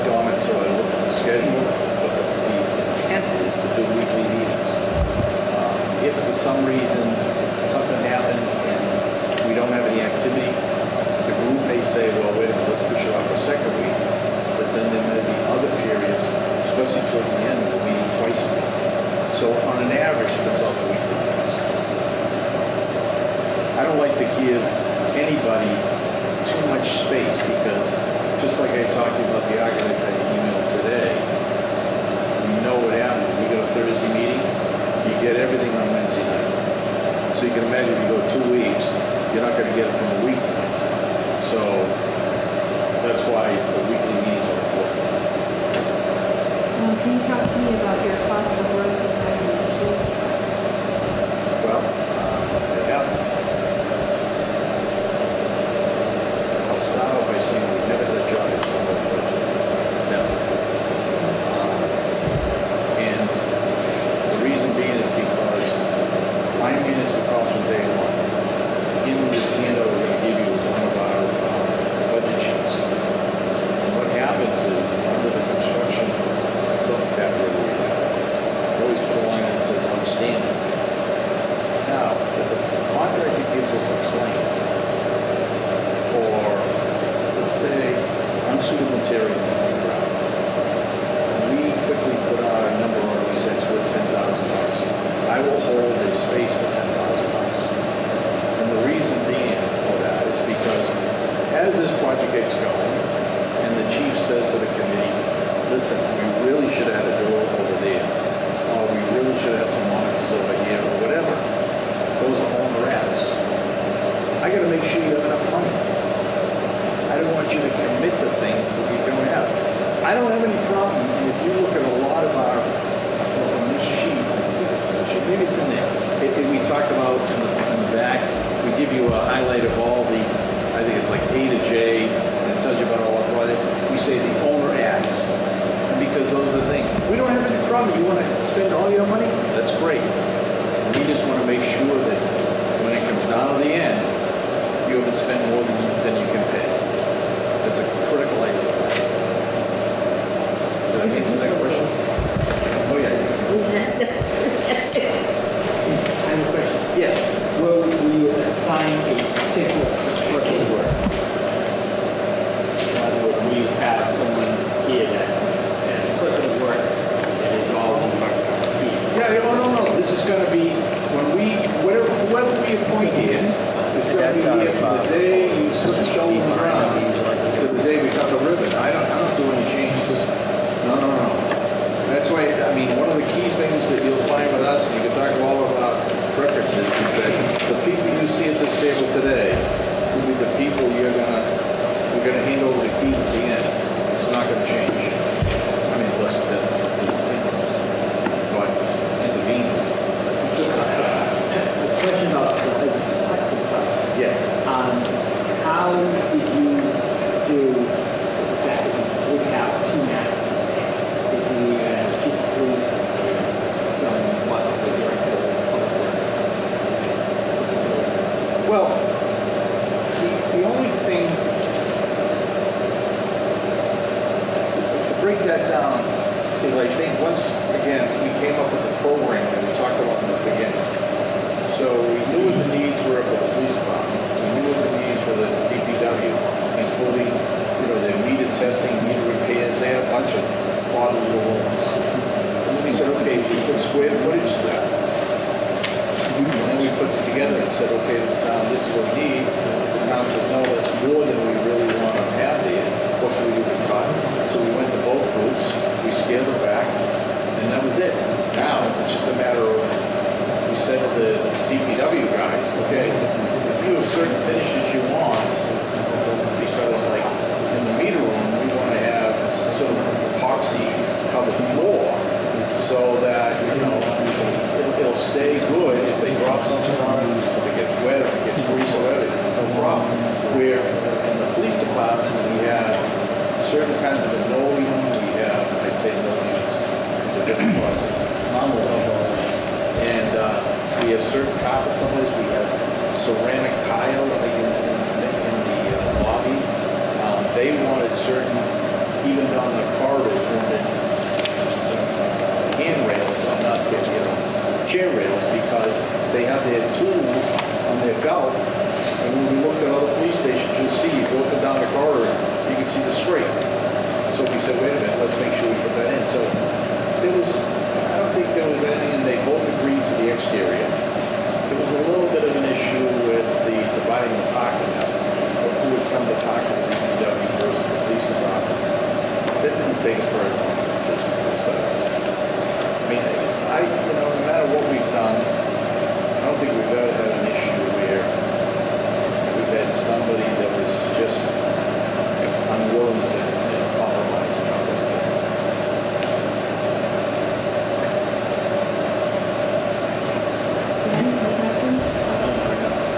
You were talking about estimates, and you do your own estimates, Yes. but it's my understanding architects also hire their estimators as well? Yes, and let me explain that. That's a very good point. You always want the architect to do, as part of their contract, an estimate. Whether you hire the OPM to do one or you hire a third-party company to do it, it's an elective item. Give you an idea, in Hyannis, because we're getting ready to go to bid, the committee said to me, look, we think we'd like you to do a secondary estimate, just to make sure what the architect told us is true. It always helps out, because you'd be surprised how, when you do that, luckily the numbers worked out, but all of a sudden Neil called me one day and said, look, I think Dale's forgot the second floor concrete. He said, the number's off, and when I do the calculation, it's about that size. Well, it ended up that whoever did the takeoff did put it in, but put it in another area. By mistake, they coded the number wrong. With all these electronic systems, they code everything. And so it came up, and he says, and Neil told me that ahead of time, because he said, and their other line is off somewhat of a similar number. It's impossible that, there's something wrong. But when it all came down together, we had the construction is going to be like 14.5, and I think one of them was 14 million, and the other one was like 14.6. No, I'm sorry, there was $100,000 in between the difference. And the committee said, we think that's good enough, that's good. So it really helped, because you'd be surprised how sometimes when we get done the drawings, and especially the one that I worry about, my pet peeve, is in the furnishings. And you think furnishing equipment, you say, okay, you're thinking about desk chairs now. This is stuff that's built-in cabinetry work and built-in equipment. And all of a sudden, if we see that number being way over the norm, because we've done so many of these, we can say, okay, that number should be 5% of the job. And all of a sudden we find it 10%, we say, wait a minute, what's going on? They start saying, well, wait a minute, they wanted granite countertop. We say, hey, wait a minute, hold on. We come back in the committee and say, listen, we think we got a problem. I'm not sure this is what you want. Or we look for other issues. Should be, in the school, give an example. We always find this, where they'll want to build in all this nice bathroom in the classroom. Now, we understand that certain stuff has to be built in. But then when you come to the wardrobe page for the teacher, we can buy that in a much better quality from a vendor on wheels, which they can be rolled out and be clean than they can if they build it in. So we try to say to people, why do you want to do that? First of all, it's cheaper to get it from mass production. Second of all, if it becomes ratty in 10 years, all you got to do is put some money in your budget to change them out. So I think that this is some of the things that we kind of look at and why the estimate helps us. The other thing that I think Kevin started to raise is that when we do the estimate, and all of a sudden we come across something, and we can't quantify it, we know right away we're going to have a problem with the contractor. The contractor is going to be looking for an extra on that item. Because if we can't quantify it, how's he going to quantify it? And as you know, in the state says that the awarding authority has to provide documents that allows a contractor to quantify every item. And so if he can't figure out whether he's supposed to have 5 tables or 10 tables, or he's supposed to have a light dimming system and there's no spec for it, he doesn't own it. so that's why it becomes relevant to us to make sure that we can pick up as many of those Now, we're not perfect, but you'd be surprised how much we do pick up during these processes. And I think that's why we've had, no jobs that have really gone over budget, because I think we spent so much time up front. Is that the part of your review when you pick up, like we talked about light fixtures and so forth? That's where you pick it up in a method to give the town what they should have rather than the elaborate stuff? Okay, well, we got two different steps. You got the design, where we'll be looking at whether or not we should be buying that light fixture for $100, or whether we should be paying $1,000.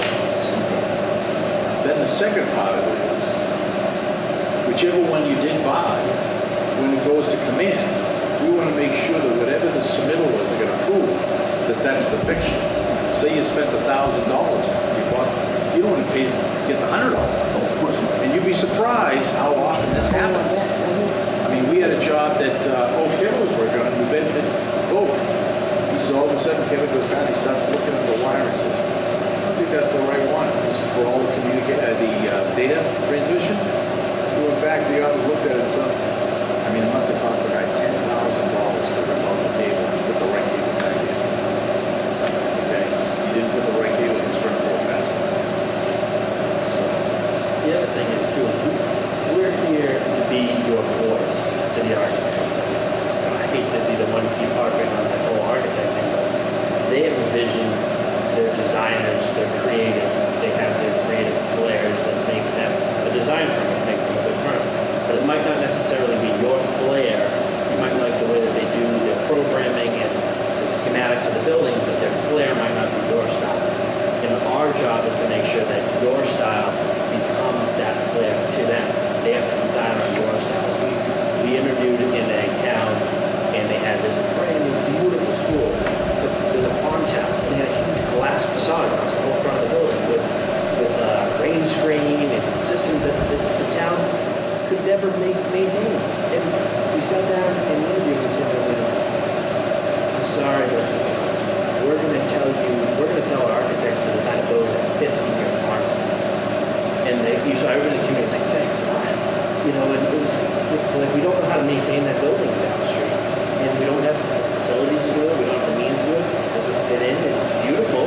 You could put it in a magazine, but it didn't fit in that community. Our job is to make sure we listen to everything we say, and we push it back on the architect, and we be that, battering ram for it, if you will, and just say, no, this is what they're looking for. They're not looking for this, not looking for chandeliers in the front entryway. They're looking for just nuts and bolts, and to get it done. And they want to sit in this town and fit in this town. Let me just give you, a funny example. Police station. The police chief wanted to be out front so he can keep an eye on it. With all the different violence that's going on, we kind of brought up the thing. We said, well, wait a minute. The chief is sitting right here. The public walks here. Are we putting bulletproof glass in the thing? Everybody looked and said, no. Okay, well, we better kind of think about this because there's wackos out there. Who's the first guy they want to get? If they get the chief, or do they want to take some, poor rookie? They're going to go for you know what I'm saying? And that's what we say. No, I'm just trying to bring it up, but it's a sad subject, but it's the type of things we have to think about. The chief's trying to work away, and some wacko comes up and decides to shoot the building up. Chief, it's grievous.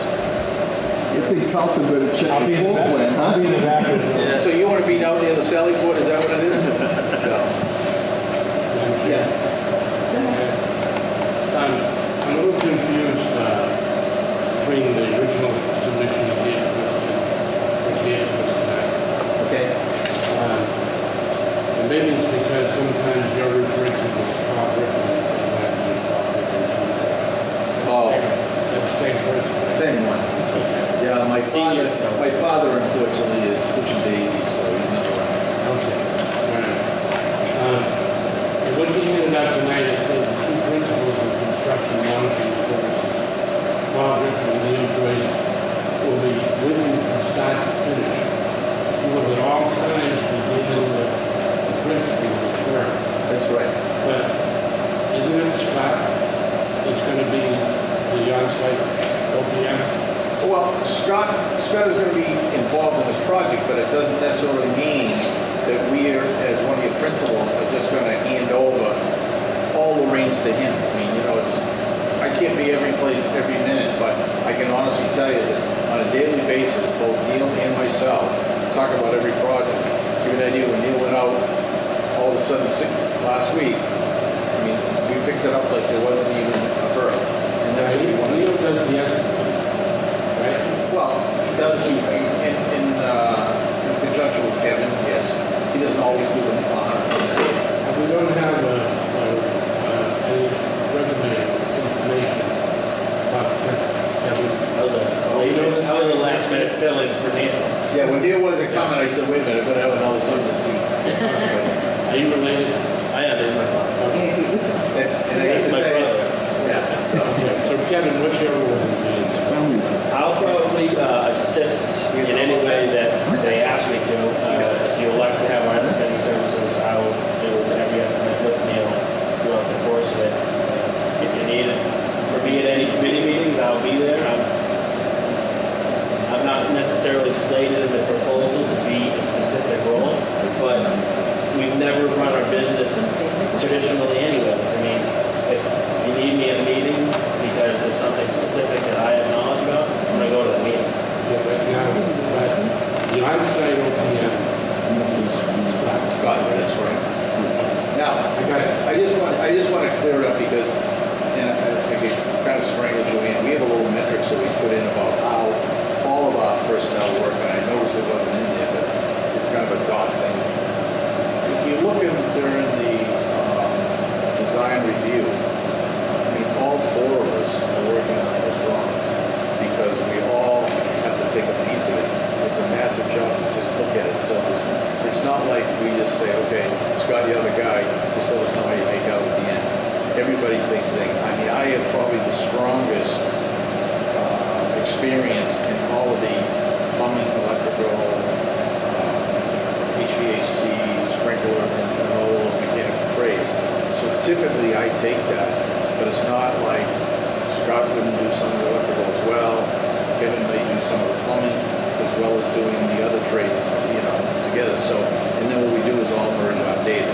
So to think that, I don't want anybody to think that we assign one guy to point guy, he's the guy that takes full responsibility for the project. But back in the office, you'd be surprised. Anybody could be working in the project at any given time.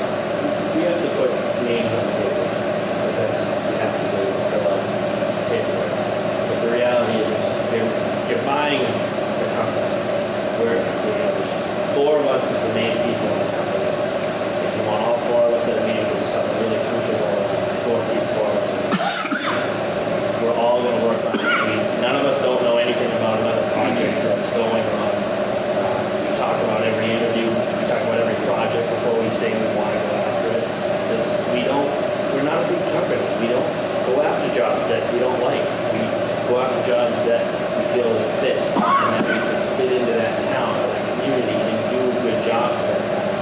And we're lucky because we don't have hundreds of employees and have to go after every single job out there to maintain that. We could go down to a few jobs a year and we can stay alive. And we just stick with the projects that we know are going to fit what we want to go after. One more question.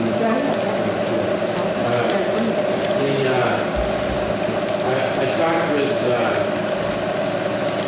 the Wilbraham Police Chief, Roger Tucker. Wonderful. Race resolution. His process and dealing with the issue of the site contract. Long up saying so I talked to Keith Cullis here in Westport. And he said that there was a problem with an architect and it was a good, you affected a good transition from one architect to the other. Tell us a bit about that. Yeah, they had hired an architect before we came on. And when we came on, we started doing exactly what I said we were going to do. We didn't have to go hire the architect because they already had it, but we started on the programming bit. clear to us that there was a great deal of tension between the police chief and the architect. And the architect constantly saying, no, chief, that's not what you want. We called him up after the meeting and said, whoa, what are you talking about? This is the chief, this is his building, what are you talking about? He says, no, I'm telling you. And so it came down to the point where every week he'd show up and the drawings wouldn't reflect what the chief wanted. So what we did is we asked for a meeting with the town manager and just the committee, and we said, we really think this is a problem. You're about to sign a contract now to go to the second phase, because they just got funding. I don't think this is a good fit. There's definitely a problem with the communication between the architect and the chief. And if this goes on, this project is not gonna work out, as I said to you earlier. If the team, if they don't have an A team, it doesn't work. I can just tell you from history. And so they kind of thought about it. We went back. They asked us to go back to the architect. We had couple meetings with them. We tried to get him to see what the problem was. And it was clearly that he just didn't see a problem. And so we went back to the committee and we said, look, we really think that you should reconsider going to the next phase of this firm. And so they told us who the next, when they ranked them 1, 2, 3, we said, okay, we know the second one, we know the third one. I think either one of those is going to be a good fit. The committee said, would you go out and talk to them? We did. And the town manager gave the first guy one last opportunity. Still didn't see the problem, so the town discharged him, and we brought in the other firm, and as you probably, if you talk to the chief, he'll tell you how polite he is. He said he doesn't know what he would have done if he stayed with that guy. But he's one of the greatest he's ever done. Again, the flares, design firms have certain flares. It's our job to make sure that that fits them. I don't know if you've seen this group, but we're not very together. No. Well, you know, if you look at all the communities we work on, we deliberately pick communities that we feel that we can communicate with. The toughest ones I've had, Concord. There's so many people that have their doctors there, and you try to explain something to them. Wow, it was tough. It really was. Great Nothing people. against people with their doctors. Yeah, great people, but boy, they just didn't get it. So, Does the community have any other questions? No? All right. Thank you so much. hey, very good. Good luck. Thank you. And, you know, if there's anything that, if you know, here again, I think I said if you end up hiring us, I'll be guaranteed that at the end of the job, you'll be as happy as you are with us than you are in the day one. And if there's anything that I could ever do for you, whether I get the job or not, something we talk about, please feel free to call me up. Thank you. Thank you. Thank you. Call the meeting open, and Free Cam is taping the meeting, and so is Mr. Sadik. I'm going to welcome TGA for being here and doing that presentation for us. I'm just going to go around the room so we know who we're talking to. So let's start with. I'm Mark Forshire, I'm with the committee, I'm the police officer. Carlton Abbott, Chief of Police. Charles Sullivan. Member. Then we'll back from the police department, member of the committee. My name is Jack Healy, I'm the town administrator. Paul Sadik, Board of Selectmen, Freetown. Lisa Pacheco, Board of Selectmen. Mary Brown, community rep, and Freetown Historical Chairperson. Thank you. You want to do just a quick intro? Sure. First off, thanks for having us here tonight. We're very excited about this opportunity. My name's Andrew DiGiamo. I know some of you here. If you don't know me, I've been a resident of Assonet for nearly 20 years now. And I'm here tonight with CGA to hopefully convince you that we're the best OPM for this job. I want to start tonight by just saying this. You're going to speak with many good qualified firms in this process. All of them will be very qualified, and all of them will give a good presentation. So what makes a difference on a project like this is what we want to focus on in this interview. Why would CGA be a better choice? And the answer is simple, it's the team. So you can look at the qualifications in the packet, and we'll tell you our qualifications, but it's a team that gets put out there on that site after you're hired. And that's where the difference will come in with us.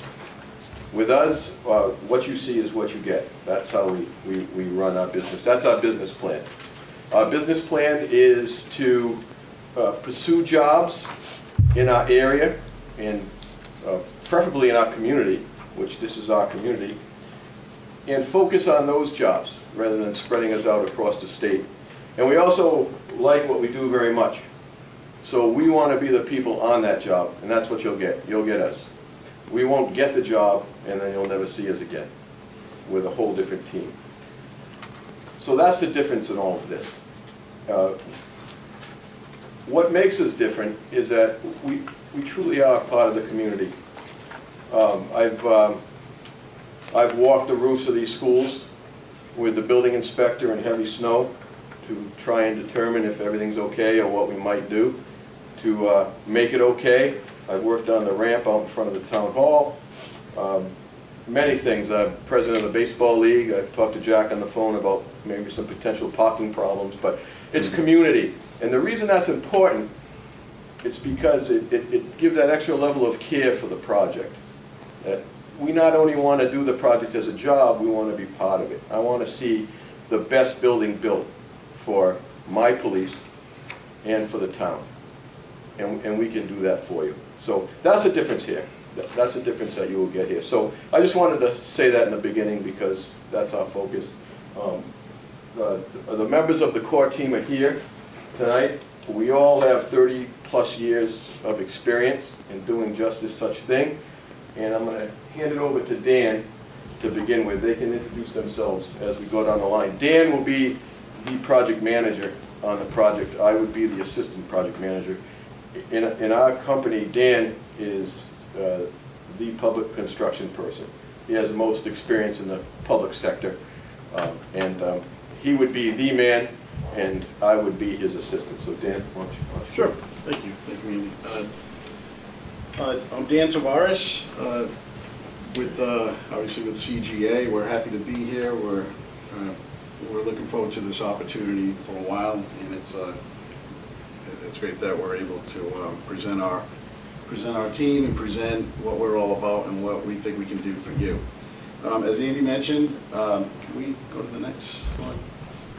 I've been in the industry for more than 30 years. In the design and construction industry. I'm a registered architect. I work for a firm that specialized in educational, public safety, police facility type of construction. That's a little bit of my bio. I think you've read everything that you need to read about us in the package that we sent out. But again, it just goes back to the types of experience that we have that we can deliver in a very unique way other than any other type of firm that you're going to meet. Also with us is Dell Williamson, and I just wanted to introduce her. We're going to go into the next slide in a minute, but Dell works for Daedalus Projects, and Daedalus Projects is a well-known OPM as well as cost estimator. I've been working alongside with Daedalus for more than 20 years. I know Richard Marks very well. He's basically on our teams pretty much wherever we go, and we had opportunities. I was the architect on Freetown Lakeville Middle School. I was also the construction architect on Apponequet High School, and I believe Daedalus was also the OPM on this project as well. So they were the OPM on all those projects. So we established a relationship. It was even prior to that, but since then, and since we now have really dug deeper into what we really wanted to make sure that we can accomplish through this effort as being owners project managers, we've aligned ourselves with Daedalus. Because first of all, I think Daedalus is one of the best cost estimators in the state. And second of all, they come with a bunch of resources that we can always tap into. We'll talk a little more about that. But again, they've been around for more than 20 years, done over $1 billion worth of public construction. So going to the next slide, Andy. So this is the rest of our team, and Bob Keller. Bob, if you want to introduce yourself. Hi, thank you for the opportunity, as Andy and Dan said. So I'm Bob Kelleher. I'm 20-plus year resident of this town, both living in and business. I'm a consultant to the team. I've worked on almost a daily basis with the two of these gentlemen for over 20 years.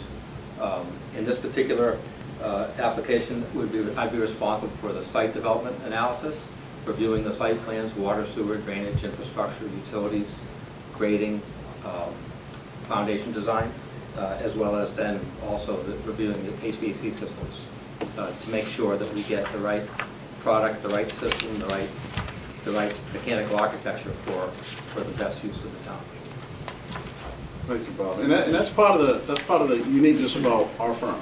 You know, you're not going to have someone like Bob on your OPM team on your side looking at ways to help you as you're evaluating your site, and then as you go into your building design itself, helping you through the process of evaluating your HVAC options, because there's many.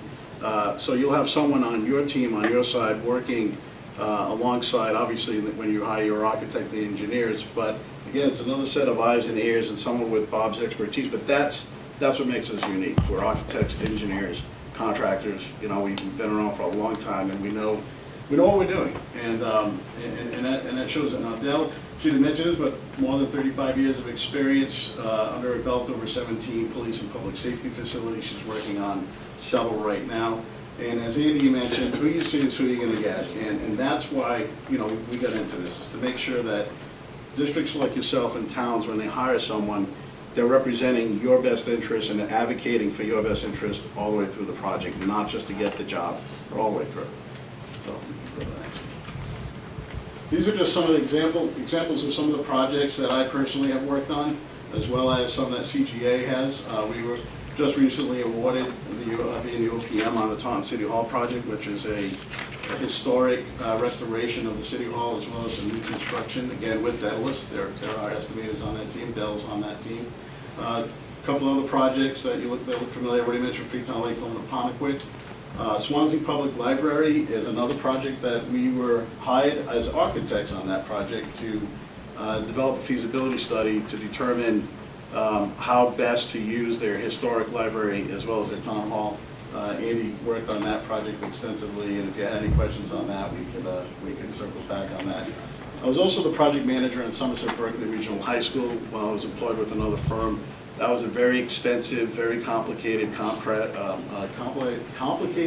and comprehensive, multi-phased, fully occupied building construction project that I was involved in, from programming and planning all the way through closeout. So that was something I'm really proud of. It turned out very nicely, came in under budget and on time every phase. Came in millions of dollars under budget. Monomoy Regional High School is another one down in Cape. And then here's a list of all the other projects. I couldn't list them all, but you see most of them in the pamphlet that we handed out. Bill Fryer is not here with us tonight, but he's our clerk of the works. Bill's been around a long time. I had the pleasure of working. Bill was the clerk of the works on Somerset Berkeley. Also was the clerk with me on Bondale Elementary School. And he was the clerk of the works with the Swansea Police Station on his own. So I wanted to make sure that I referenced that in here. Okay. One of the other things that, again, is unique for us is that, you know, being an architect and being someone who was a principal in charge of many public procured projects across the Commonwealth, is my ability to do program analysis as well as constructability reviews. I've been trained in it. I've provided multiple constructability reviews on many projects, and there's some of them that all relate to police stations. And this is why this is key. It's not just an OPM that's just going to be, you know, passive through this process. We're active, we're proactive, we're hands-on. You get us, you get the experience, you get the expertise. And then to bring it to this next level, being able to recognize things as you're going through the design process, as you're going through the development of the construction documents, all the way through construction, we've developed tools and systems to checks and balances to make sure that we're doing everything we can to anticipate and identify anything that may go wrong in the process, whether it's through design or whether it's in the construction process itself. That effort has resulted in what you see there is a significant reduction in the amount of change orders that towns have to experience or projects have to experience as a result of spending that kind of time on those projects. And again, we just, you know, we will continue that effort on this project as well. But more than 2.5 million square feet. It goes beyond these projects. more than 2.5 million square feet of review of buildings, so, thank you. You went backwards. A little bit about Daedalus. They've, over the last 10 years, they have provided cost estimates for more than 50 police stations, public safety facilities, and as OPM serving on 14. Those are some of the projects that they have or currently working on. They're in Middleborough. Dell's working on that project as the cost estimator right now. Yep. And you know, I think the important takeaway is that as OPMs and as cost estimators, they have a better understanding of actual cost of construction because they're in it. They're not just estimating it in Boston, they're actually managing it and they're overseeing it. So they have a better handle on actual cost of construction than most cost estimators. That's why I like working with them.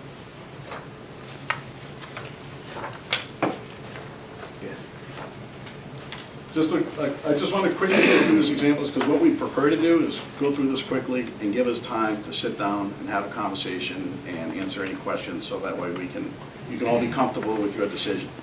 Howard Police was a project that I did want to say something too on the, you don't have to go back, but in addition to doing the constructability reviews on all those projects, I was also managing the teams that were designing those projects. So as the principal in charge, I was responsible for that team. I met with them regularly, weekly, went on site whenever it was necessary just to make sure that things were all going in place. So it wasn't like I was just reviewing drawings. I was actually managing those teams. They reported to me during those times.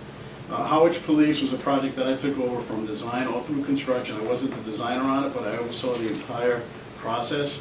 And the only reason, one of the reasons why I'm bringing this one up is because your site is similar, where you have a more of a gradual slope on that land, but in Howard it was steeper. You can actually see how steep it was over here. But it just shows that I had very specific experience dealing with how to address the slope while you're building this building. This was an addition, essentially. So the police station was an addition, which is right in here. And then the fire station was existing. So this was an addition, this was an existing station. So again, this was occupied. It took a lot of coordination, a lot of work to tie all of this in. Basically, everything you see on site is new, all on the roadways.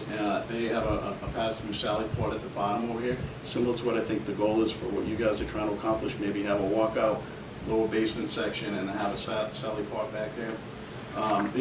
We centralized the dispatch between the two stations. That we actually carved into the fire station itself. So again, a very successful project. Went through no issues really. Okay. North Attleboro Police is another project that I was involved in as a principal, but also during construction. I took that project over because we had lost someone in the process. So I ran the project to the completion, through closeout, working very closely with the chief. Obviously, this is not like what you're looking for because this is an existing historic facility, but it was a very interesting project and it took a lot of careful planning to work with what they had. They were a very small addition. It's only like a 2,600 square foot addition. For the most part, it was basically retrofitting an old silver mill into a police station facility, which was exciting. Yeah, that's nice. I've been by there a few times. I like that one a lot. No, it's a fantastic building. This is their training room, which is right out front. This is the training room on the outside. This is what it looks like on the inside. So you can see it in the plan right here. The main entrance to come into the building is essentially right there. But it just shows, what the possibilities are. And again, a lot more coordination when you're dealing with a historic facility like that. Okay. And here's a project that I actually worked on, the design and the programming of this police station. This was it was a small existing police station, so this doesn't exist. It was a small existing police and fire station in Norfolk. So what they wanted to do, they were going to get out of the building. We were going to tear down most of the fire station, and we were going to maintain a little bit of the police station, but most of it is all new construction. So the section of the police station was relatively, it was 8,000 square feet. It was relatively small, so you can see 21,000 square feet of new. They wanted to really develop a more, a public safety facility presence. Bigger facility, you can see the size of it, but I worked on all the programming, working with the police chief and other folks in the police department, as well as the fire chief when we were developing their station as well. Unfortunately, this didn't get through it didn't pass referendum because it was up against a school project. They've been trying since then to do it, but that was, again, they knew it was kind of a challenge for them. They weren't sure if they should pull it out and wait a little bit, but they decided to go for it to see if the town would support both projects, but they only supported the elementary schools. So that one unfortunately didn't go through, but very exciting project to work on. So I don't want to go through all of this in any great detail, but as Amy mentioned, we consider our approach to project management being very unique. It's unique because we're unique, because we bring a different perspective, as builders, as architects, as people in the engineering department, engineering discipline, as well as cost estimating. So it adds so much more value than what you could possibly ever expect from any other OPM.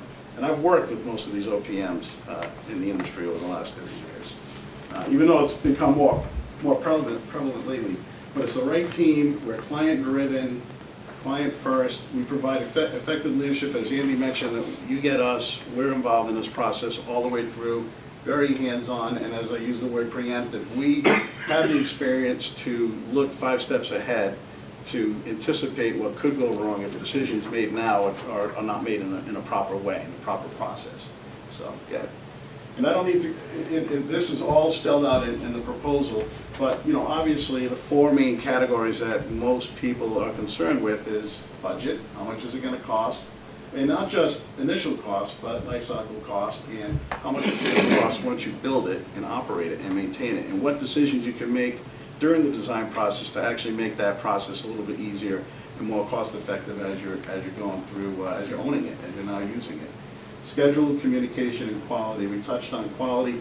Communication is another big part of what we do, I think, very well, is that we keep you informed. We're accessible. You'll find that out very quickly. Available, accessible, and we're constantly making sure that you're receiving the information that you need. We know that you're representing this community, and you're going to get a lot of questions throughout the process and the project. It's our job to make sure that you have the information, the right information that you need to be able to respond to those questions. Okay. This is all in our packet, but again, it's just to show that, with all the years of experience of being in the public industry, we understand procurement laws, whether it's hiring your architect, your contractor. Andy and I are both MCPPO certified by the state, by the Inspector General's office as architects and owners project managers. We're familiar with all of the regulations and recommendations and agencies that you're going to need to be thinking about as you're designing your facility, because it's not just building codes and not just building codes and regulations that come from the state or locally, but it's also all these other agencies that are going to play a part in how you actually design your facility, right down to how your cell is designed, how your cell is working. And we gave some thought. We wanted to just share this. We could, leave this up on the screen when we're done. But we wanted to try to understand. I've done a lot of research on your website, whatever information I could gather to have a better understanding of what current conditions you're in right now and what you're hoping to accomplish in this project. So we just tried to identify some things that we recognize as the issues that are going on here, which is going to drive your decisions on what you need to improve as you move forward. So we know that there's some security issues, there's privacy issues, there's grant building. All of those things lead to liability issues. It leads to other issues in terms of how you process evidence and even how you process detainees as they're coming in. As Bob mentioned, Bob's going to be our main guy as you're looking at your site. The things that we're going to be helping you with is what to do with that site and how to get a better understanding of what's going on that site. So like suggesting like geotech and other analysis and getting a survey if one isn't done. Because Bob is very familiar with the area, I think, Bob, this is your property right across the street, right? So you're very familiar with the type of soil that's out there and potentially the type of things that we may be up against. So obviously we want to be ahead of that and help you in that process, so that way it's not catching you off guard, costing you money, money that you didn't budget for, basically. So I think that's pretty much it. It's about 50 acres this year. We understand that there may be a little bit of concern, where this building goes in proximity to the elementary school. I think that's obviously a very legitimate concern. But I also think that there's opportunities and options and how to address that. It's very heavily wooded, and depending on how and where this gets placed, we would recommend that you maintain some kind of buffer and obviously some kind of security fencing so that way nothing can possibly go wrong, so, thanks, Nina. And not much to say on this other than these are quotes from our clients on how they feel, how we do our job as an OPM.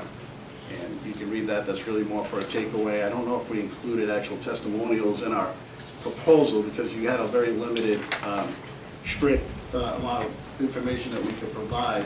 But when it comes to what we do, it's all about our reputation. It's all about delivering on the things that we say we're going to deliver on. So we can't say, we're not saying anything that we haven't already done or we're not currently doing right now with our current clients. So, and that's it for right now, I think. I mean, if you want to go, back to the site slide or? Yeah, you can leave it on the site slide. Yeah. It doesn't- We have like a closing slide that we can Okay. touch on, but basically it's everything. I just want to start with the site slide. We actually have hired Kelly Engineering. They've already done the aerial view of that. So the topography plan is already in place right now. There's some flagged wetlands that we're not really sure of, that they're hiring another company to go look at that and just ensure that it is or isn't some wetland area. So that part of it is really done, but would work well with whomever the OPM is and ensure that what is done from Kelly Engineering is really what needs to be done and if we need anything further. Sure. So that money's been set aside and that's paid for already. So that's kind of Oh, a good great, thing. great, that's good. I mean, that's the whole idea, is to get whatever information you need. First. Yeah, exactly, so that way you know what you're dealing with before you go too far down a path. Yeah, I think that we have, and I don't want to speak for everybody, and everybody will have a chance, but we did visit several police stations, so I think that we kind of have a perspective on what we want and certainly what we don't want. And I'll let the guys on this side of the room speak because they're the ones that we're working hard for. So I'll start with Mark. Any questions, Mark? Still Soaking it all in, Still are soaking you? it all in. Okay. I'll get back to you in a minute. All right, Carlton? So I know that you're going to be managing the Middleborough Police Station. No, we're not managing that project. Dell is the We cost just estimator. estimating Yes, that. yeah, that's being managed by, actually, that's being managed by Daedalus. They're the OPMs on How many projects would you be managing simultaneously with this one? That's a good question. And that's another good point that we like to make, is that we don't pursue any projects that we know up front we're not going to be able to manage. You know, that goes back to our reputation. So currently, we have the City Hall project in Taunton, and we just got awarded that project. That hasn't started up yet. In fact, we don't even have we're in the process of finalizing the contract. So when that project gears up, I'll be involved in that project. And then there's the Mulcahy Elementary School, which is also in Taunton, that we're managing. That's in a feasibility study. And Westport Elementary is I'm actually consulting with Daedalus on that project as more of the, educational side of things on that project. The Swansea Library project is complete as a study. That's been submitted to the state, so that one's pretty much shelved until they hear back if they have a grant. So who's our on-the-ground, day-to-day person? So I would be that person. And Andy will be supporting me and helping me throughout the entire project. But I would be the person that would be attending your meetings, that would be guiding you through all the steps. But, at some point, it may just be both of us, really. Yeah, I'm sorry. Yeah, during the whole process, during construction, we'll have a full-time clerk. Clerk of the works, Yeah, okay. exactly. I guess that's where it comes down. Yeah, Okay, so that's all right. where, so Bill Fryer would be the full-time. clerk of the Full-time on the works. site every day. Yes, So yeah. even though you have all these other projects Right. that you're managing as a point person, you still have Bill on the ground doing your day-to-day. Absolutely, Okay. absolutely. He's not in here, is he? Yes, He was on the yeah. slide. Yeah, he's in the proposal. Yeah, he's in the, and Bill comes with more than 35 years of experience. He's a former IRS agent. Has a lot of accounting in there. And so, but it's a very fair question, because I think that's something else that some other firms have picked up a lot of work recently. Times are very busy right now in the construction industry. And, asking someone their ability to manage a project and have the capacity to manage a project is absolutely fair. I can tell you honestly, we've been kind of, putting other pursuits off in hopes that we would have a real opportunity here, right here in Freetown for this project. So, and we know where our limit is, and, you know, we're not there yet. So we, you know, yeah, so we have the capacity. Dan and I, our business model isn't, we don't want to build a large firm and just manage people. Right. We want to manage projects. Right, we want to be involved. So we're being very careful about our workload so that we're the guys on the ground doing that, because that's what we like to do. We're not trying to build something larger here than just ourselves. Exactly, that's exactly right. And we have resources, you know, we have support. We have just the support that we have in our own office. We also have, you know, 30-plus people over in Daedalus anytime that we need anything, you know, whether it's an assistant, another helper, or during construction. But you'll find that, you know, if we get this project, you'll see a lot of me in my time, and I'm always accessible and available. That's one thing that the clients like about me and my wife hates about me, but, you know, that's just the way it is. What would be a lot of your time, could we say? Well, I guess You know, is that once a week, or is that once a month? or It's what? whatever it takes. So like on a project like this, the initial stage of this project will be to hire your architect. So I'll be very involved in helping you with the RFP for that and procuring that. And then once the architect is on board, we'd be working very closely with them as they're developing the programming and analysis of the site. It's going to vary, you know, it may be anywhere from a day to 2 days a week, depending on the activity of what's going on, and that'll just kind of average out during the course of the project. That's typically what we do, is we just provide a range, and it's whatever is going on at that time, we're gonna be there. So I'm not trying to be vague. All I'm saying is, like, Well, could we expect that there'd be maybe a couple of weeks we might not see you? if there's nothing going on, but I think. I mean, once the project starts? No. Okay. Like if there's meetings, like we're gonna be sitting in on the architects' meetings, I will be there, Andy may be there, you know, depending on what the Just conversation when is. things occur, I mean, Yeah. besides your clerk of the works and Yeah. so forth, and Yeah. how much responsibility that person would have to make decisions or to call a stop, or. Are you talking about like during construction, like with the clerk? Yeah. Well, the clerk typically, we don't give them too much authorization to be able to stop the project unless there's like a real safety issue going on, and that's a conversation that we'd be having with all of you.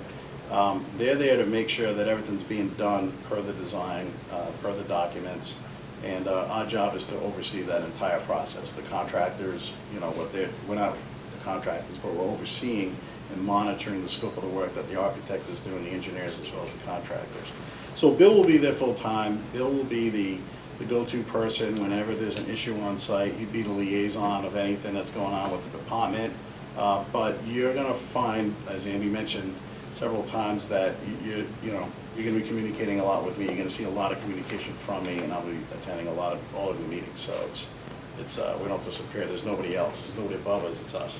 So. Yeah, well prior to construction, one of our chief responsibilities is to scour the drawings and be involved in the design process as your advocate on the technical side to make sure that the systems are sound, that they're the proper type of system for the building, that we're buying what we want, that it's compatible and simple, or as the case may be. You know, and also to vet out design problems so that we don't have that bad day when everyone gets a phone call and says, oh, we've got a problem.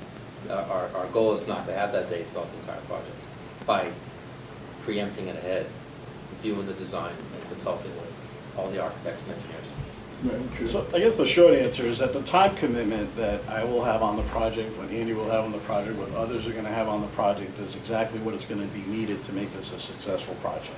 Well, one thing to understand. Some weeks it's 8, some weeks it's a little bit more. We're not going to get the project and assign it to somebody Yeah, else, that exactly. company. We're going to.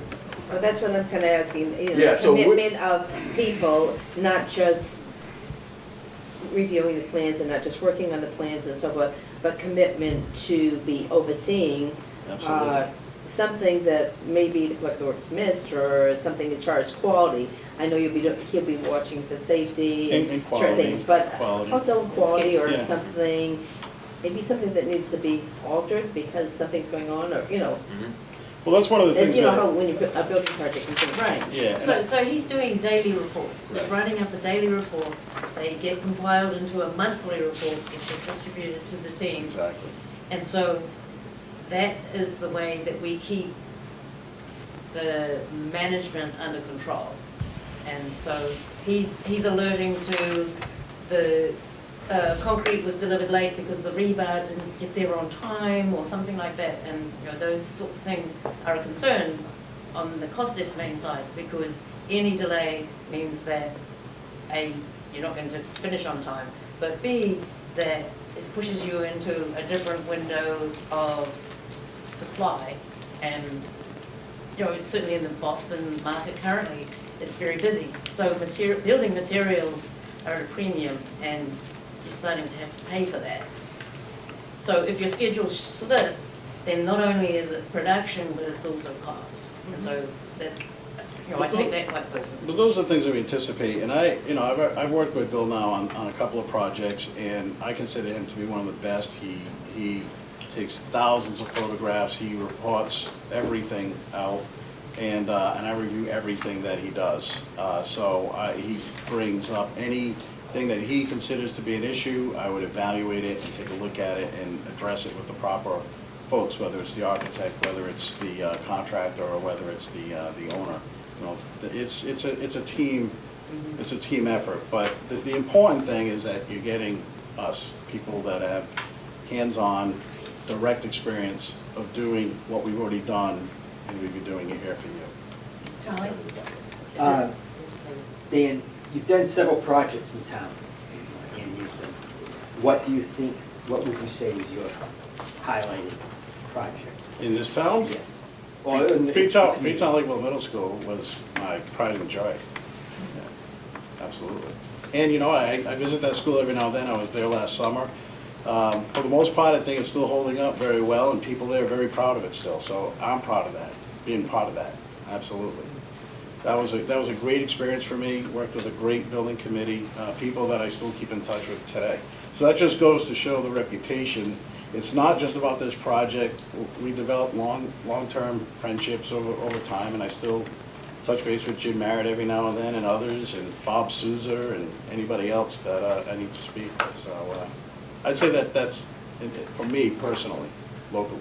Mine was when I put the steeple back up on the church when I got blown over. That was my favorite. That was fun. St. Bernard's? Yeah. Charlie, one more? Yes. Would you be inclined to assist in selling the project to the community? Yes, and actually, I put that on that last slide. Is that something that we do very effectively? I have worked, because all I've done is public, 30 years, and 20 years focused on education and police and fire.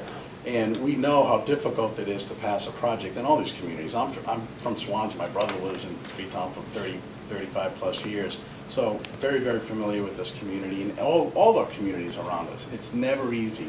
And we know that you have a lot of other things that you're considering as well. So there's a strategy in terms, a long-term strategy, and how do you plan for that, and how do you, what's the priority, and how you move forward with it. But I've been involved very successfully in helping communities, helping school districts pass very challenging projects. I mean, Somerset Berkeley was no picnic. We're dealing with two towns. People opposed the project. People opposed regionalization.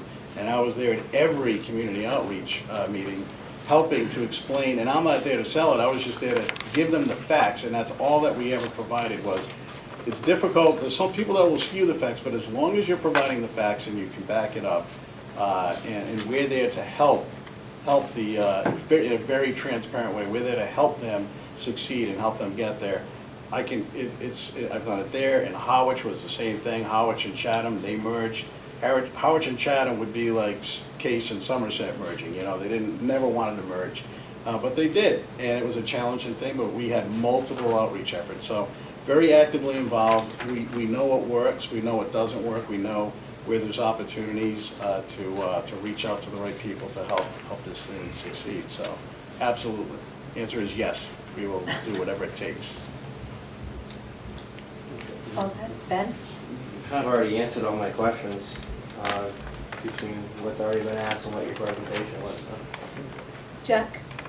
I'm with the architects. Now, all those projects you're talking about, Taunton City Hall, the elementary school, Westport Elementary and Swansea, you were the OPM on those projects? OPM on Westport, so the architect there is Jonathan Levy. Yeah. And so we're the OPMs there with Daedalus. At Mulcahy Elementary School in Taunton, the architect there is Donna Whittier, architects out of Newburyport. And City Hall, they were actually working with an architect already, doing some early studies, and they're going to continue on with those services. So normally you hire the OPM first and then you bring the architect down, but because they had a fire and they were really trying to figure out what they were going to do, they did some studies and the contract was written that they could just continue. And that's Durkee Brown, the various Werenfeld out of Providence. They specialize in historic facilities, so they're working on that project. And we're doing the architecture in Swansea. Right, we're doing the architecture in Swansea, but like I said, that was to get through the grant application process with the Massachusetts Library Board of Commissioners. That just got submitted this week.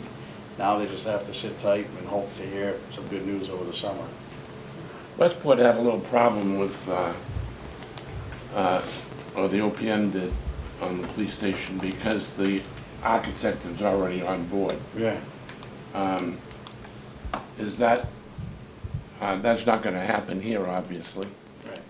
But have you ever had difficulty with an architect that was chosen? Well, most of the projects that I've worked on, the architect came after, but it is a different process nowadays, working with the MSBA, where they're more involved in the hiring of the architect along with a few locally. So you don't always get who you were hoping to get. And for the most part, you know, as long as I'm working with a qualified firm, but I wouldn't say that all architects are the same. They're not. You know, I'm an architect and they're not all the same. And there have been some challenges, sometimes just with being able to communicate or collaborate, but also even with their design and understanding it. And as an OPM that's also an architect, that presents other challenges because, you know, a lot of architects, most of them take it as, you know, just being another resource and help make something better. And that's my ultimate goal in every step of the way. And others get a little, you know, they'll push back a little bit, but we haven't run into too many problems with that. We run into problems with challenging contractors. There's, you know, there's always those out there, and most of them that were really bad are out of business right now, which is good for all of us. But I've worked with the worst out there, you know, with the absolute worst. Somewhat the pre-qualification. Yes, so a lot of things have changed to help. Tighten that up some. Yeah. Okay, thank you. Paul? Can you clarify for me what the relationship is between your company and her company? So they're a consultant to us. So they're a consultant? Yes. Okay. Yeah, they're our consultant to provide independent cost estimates. What we like to do is, and it's how it's done for school projects, is that you have two independent cost estimates. So the architect's going to develop their cost estimates. We like to develop our cost estimates, and then you reconcile them. That gives you more cost certainty. You get a better understanding of where things really are, and what you're also getting are another set of eyes on the documents. The cost estimating process isn't just, you know, coming up with some numbers off of spreadsheets. They're actually looking at the drawings, and they're identifying where there may be some gaps or just missing information or coordination, things like that. So that adds to the element of quality control, and it identifies a lot of things. And a lot of times when you're looking at two different cost estimates and they're so far apart, you question what's going on, because contractors would see it the same way. So as we're going through the process, early on, it's more conceptual and schematic. That's what's going to help establish a budget, and that's what you're going to go to the taxpayers with in terms of, well, depending on what path you choose, if you're going to go all the way through construction documents and go out to bid and have a hard number to present to the community, or take it through a certain point, develop the best budget you can possibly develop, and then go and seek the additional funding to move forward. But that process adds to the quality control and review of documents. So they're our consultant for cost estimating, and as I mentioned earlier, they're also a resource to us. You know, Richard Marks and I speak, I don't know, 3 or 4 times a week, and anytime that we need any additional support, we can have it. And that allows us to focus on what's important, you know, working with you, identifying and working through any issues that come up, so. So the fact that you have a cost estimator that's I'm independent, That's okay. that's independent, how often have you saved Save the day? the day? There you go. Without fires? I would like to think very frequently. And as Dan was describing, there's a estimate prepared at milestones during the design process, and that I feel is where we add value to any project design work, is it highlights A, constructability, B, if there is material shortage or some such thing, because we have current information coming in all the time, and labor resources as well. So that I think is where we actually add value and cohesion to the team, actually. 'Cause we're just one big team. You know, and we're evaluating costs too. We're looking at possible ways for something to be more cost effective, right? And that's where they come in. And maybe there's other ways of doing something that's not going to compromise quality, durability, you know, maintainability, or aesthetics. That's also where they come in, you know. So they have like an abundance of resources. Right, and Bob alluded to it earlier too, in regards to the capital operating costs. It's all very well having a nice, cheap, front-end HVAC system, and then it costs you folks twice as much as any other system to actually run it and maintain it. And it's like, well, that just doesn't make sense. Or no one's happy with it. Right. Yeah, well, it's too noisy because, you know, you made the duct so small that you can hear every single turn on when the fan starts and that sort of thing, so. So I guess you could also come into play when you got an architect and he is now designing the stuff that goes inside. Yeah. And you catch, if you see something that isn't what you would accept, that's where you get involved and she gets involved? Yes, yeah, exactly. And what, you know, because of the unique type of experience that we have specifically as architects, that I personally have had over the years of being able to review documents and identify those things, it begins with the program. You know, it's not even just about the constructability and the materials that you're using.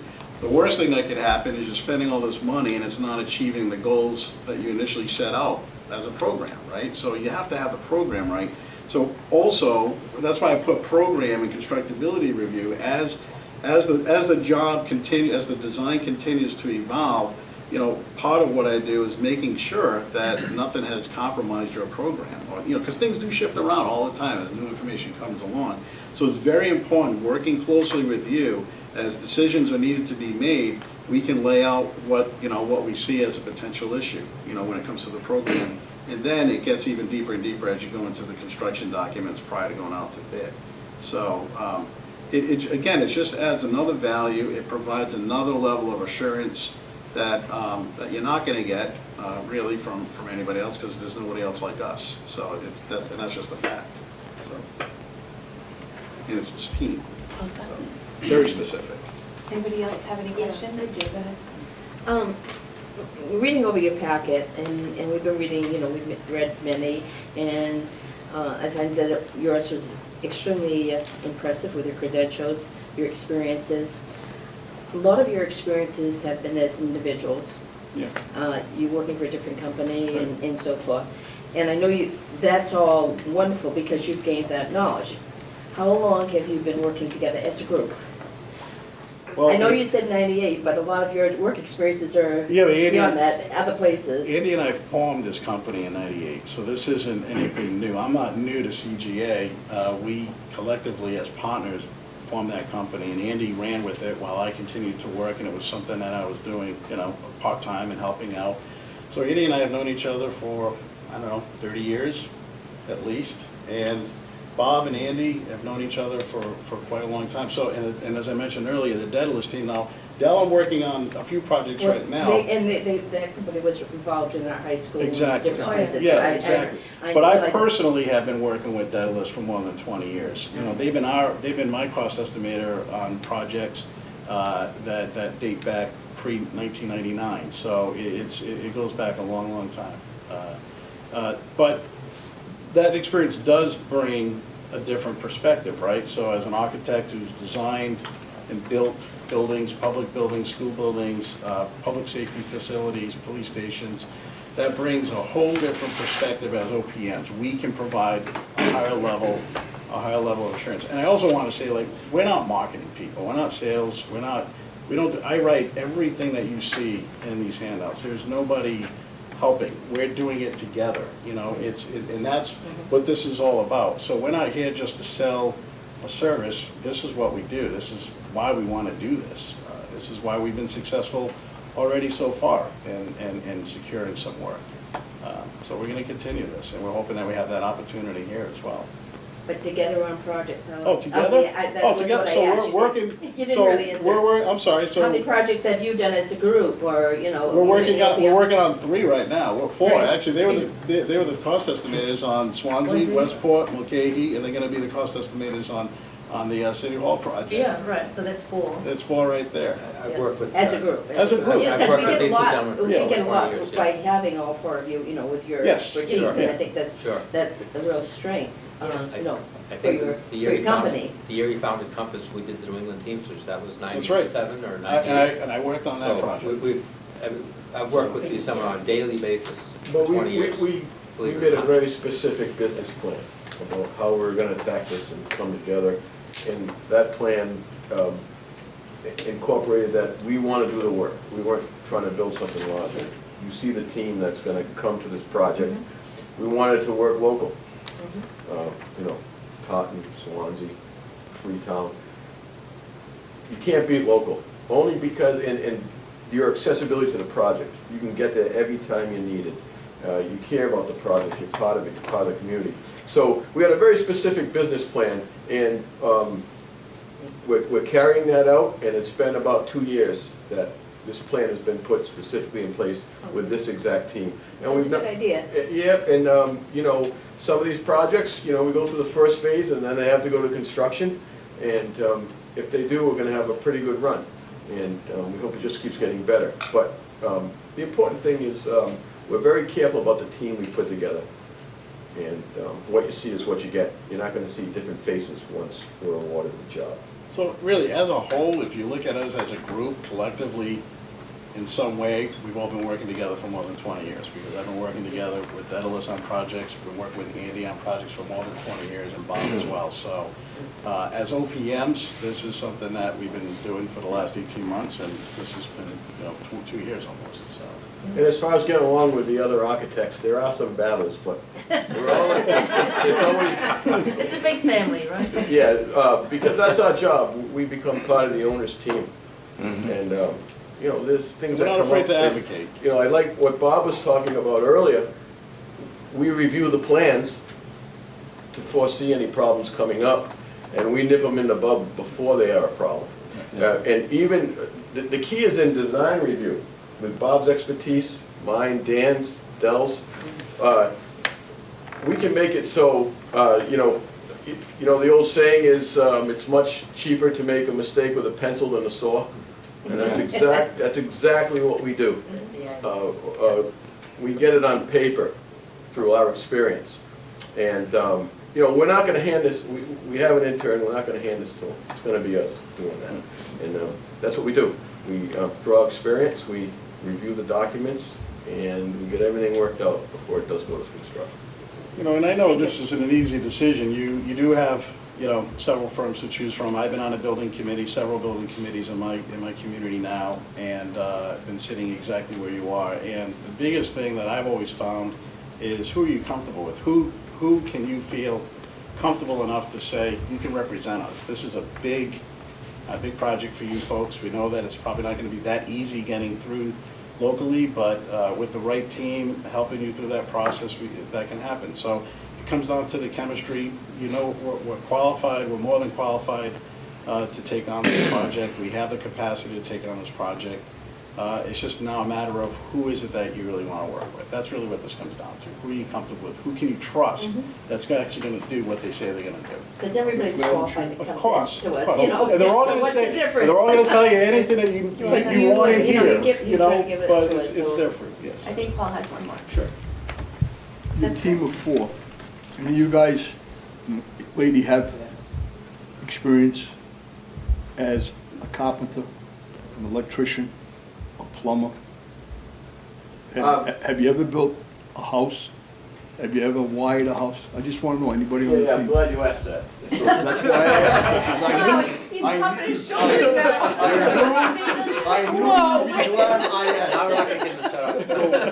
Okay, look at that. Did you ask him to ask this question? Is that how this works? When he came in, he said to me, we asked that question. Yeah, so we got back to, you know, how long you been together as a group, what have you been doing? And, you know, I've always been, my background is design build. I came up as a builder. That's how I got through college, and that's what I've always been. Started off with residential, and, you know, I've gotten into large steel. That design build experience just has been invaluable for projects like this, because it's single point responsibility. You can't do it in the public sector, but when I worked in the private sector, I was single point. If there was a mistake, it came out of my pocket. But yes, I've framed many buildings myself. I've built buildings by some of the architects you're going to talk to, actually built them. You know, I can't say I've done plumbing because it would be illegal if I did plumbing. But I've drilled holes for the plumber That's legal. to run his pipes through. I have done wiring on my own house only. But yes, that's what I've done. That's been my whole career, designing and building. So I have that perspective, and Dan has the public perspective, and we cover it all. What I wanted to say is, you got two things that happen with a project like this. You have process and product. We're going to make sure you have a good product at all costs when it's done. But it's so much more about the process, how you get there. And that's what's going to differ with who you choose as an OPM. I really enjoy what I do, and we all do. Yeah. And we think the process, we bring that to the process. And this building is a fun thing. It's exciting, you know, taking a raw site, figuring it out. You know, we already talked about the slope, the street. It's a corner site. How are we going to address that corner? You know, it brings a unique opportunity, both the slope and the corner. You know, how does the sun move on the site? What's the context of the building? All these things that we've learned, and all these things that we bring to the table. We become part of the owner's team. That's what's unique about an OPM.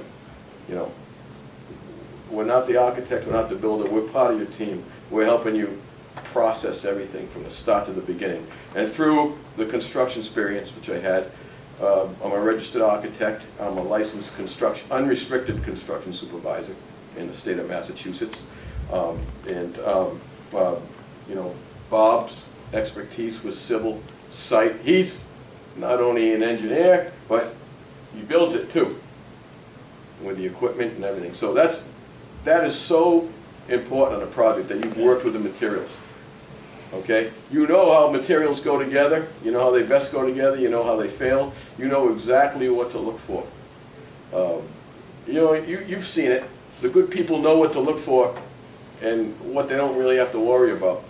I always said, you know, the inspectors I always had a problem with are the ones who come in and looking for all these little things that don't really mean anything, and then they miss the big one. You know, they walk under a beam that could fall down on their head, you know, but they're worried about, you know, that light box over there.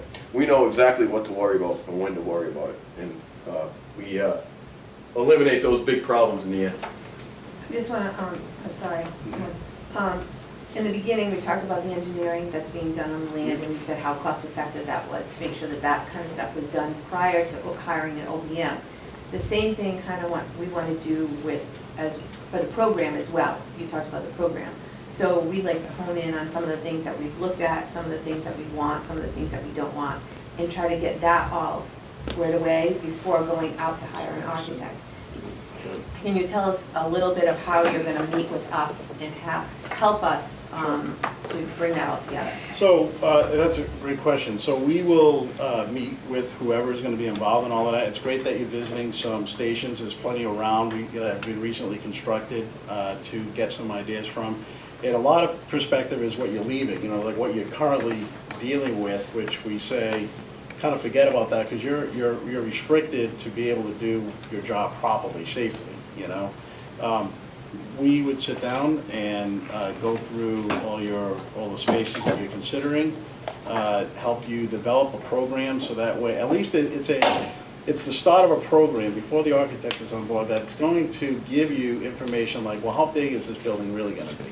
You know, I know you're talking about, I saw somewhere like around 10,000 square feet based on what you anticipate, but until you develop your program, that's when you're going to know. So we would help you with that. And there's other factors in that because it's not just the space itself, it's the gross of the building. So you have the net square footage and the grossing factor that has to go in it. And we will help identify some of those other pieces that you may not be considering because you're probably just focused on your actual occupied needs of what you need to do. And even with like layouts, you know, like when it comes to a police station, you know, it's basically 3 very specific zones, right? You have a public zone, you know, where the public community accesses the building, and you have the detainee zone where you're processing guests overnight or whatever, and then you have the operations of the police department itself, and they all are interrelated, they're all connected in some way, but they also have to have clear separation as well in terms of how it gets laid out from a security standpoint, from a processing standpoint, and how those spaces all come about. You're going to be working with your architect on that, but we can at least help you identify spaces, maybe go on a couple more tours and find out exactly what works. And you know, the other thing too is a lot of people don't have the ability to visualize what a room is, like how big a room is. What's 100 square feet? What's 200 square feet? And is that big enough? And we can help you with that. And that's because we're architects and I've actually programmed. Yeah, be uniquely qualified. Yeah, I've developed programs, so. All right, thank you. Mark? You just stole my question. Oh, really? Sorry, we've been spending a lot of time together. All right, thank you so much for your time. Do you have anything to say in closing? No, I mean, that last slide basically summarizes everything that we've been talking about, and we wish you good luck with this process, and we thank you again for the opportunity. Andy, I don't know if you want to just want to say one close thing. anything. I can't stress how important the community is and how important it's been to myself. And it's so important for the outreach also. Yeah. You know, I just coming off the Swansea project was a labor of love. But Dan talked about the accuracy of information that gets out there. But it's amazing when you're around town and what you hear about the building that's going up. And, you know, it's been so effective just grabbing groups of 5 and 10 people and setting it straight right there. And then more people come in and listen. And, but I can't underestimate how important it is for the people involved in the project to be part of the community. It just makes for such a better project. So this is a great opportunity for all of us, I believe. Good evening, and thank you for being here this evening. I just want to have us introduce ourselves so you know who everybody is, and we'll start with the young lady. My name is Mary Brown, and I'm chairman of the Freetown Historical Commission, and also a lifelong resident of town, but very interested in I'm Charlie Sullivan, retired police lieutenant. I'm here as a citizen. My name's Alan Beck, I'm a satellite. Mark Monshar, I'm police officer. Lisa Pacheco, Board of Selectmen, and the chair of this meeting. Paul Sadik, Board of Selectmen, chair of the Board of Selectmen. Way out, Lisa. No, don't worry, I got my eyes on him. My name is Jack. Carlton Abbott, Chief of Police. I'm Taylor McDonald with Palmer Associates. And I'm Richard Palmer, Palmer Associates. Taylor and I are business partners. Thought we'd talk a little bit about ourselves and the company. Do we have a set amount of time? Is it an hour? Nope, you can do whatever you need to do. All right. So we're kind of figuring you're tired of PowerPoint presentations. We're a little different in the way we operate. And we like to think that it's a reflection of how we work on our projects. I've been in the industry over 30 years. I started my education as an architecture. I started working in an architectural firm right out of college, and slowly worked for general contractors, and then a national development company and finance company. And I started Palmer Associates 15 years ago, and I decided it was more important to stay close to home. I was traveling nationally a lot of the time. I I have my Massachusetts construction supervisor's license. I'm a licensed builder in Massachusetts as well. The MCPPO certification and all of the necessary prerequisites. We've had a great run. We've been very successful in our company, and we're very proud of it. We're small. We're a boutique company. We take the projects that we go after the projects that we desire. We're selective when it comes to the projects we go after. Very selective. We don't stack our books. We look at a revolving process with our projects, and we'll go through that with you. To my right is Taylor McDonald. Taylor's been a partner with the company for 3 years now. He came working for me as an intern at Providence College. We thought he was going to be a Wall Street magnet, I think. I know about that. Yeah, his first project actually was the Mashpee Public Library for us, and it was a great success. And then the second project was the Marion Police Station.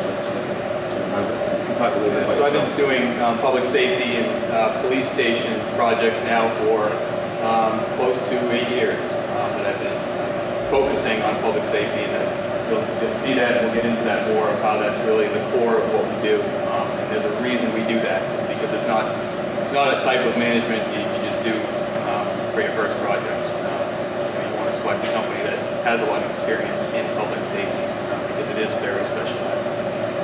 So again, I've been with Pomeroy for about close to 10 years now.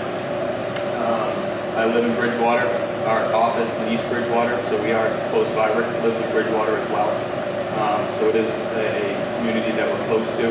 That's what you see too on the map. This is just our public safety. This doesn't include any of the other projects that we do. We do some library projects. We do some specialty projects. We did a major house move on Chappaquiddick and the Gay Head Lighthouse.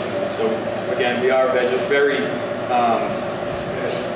specific about the types of projects we like to do and get involved in. And again, just back to that area that we like to stay focused in, that Southeast Mass area.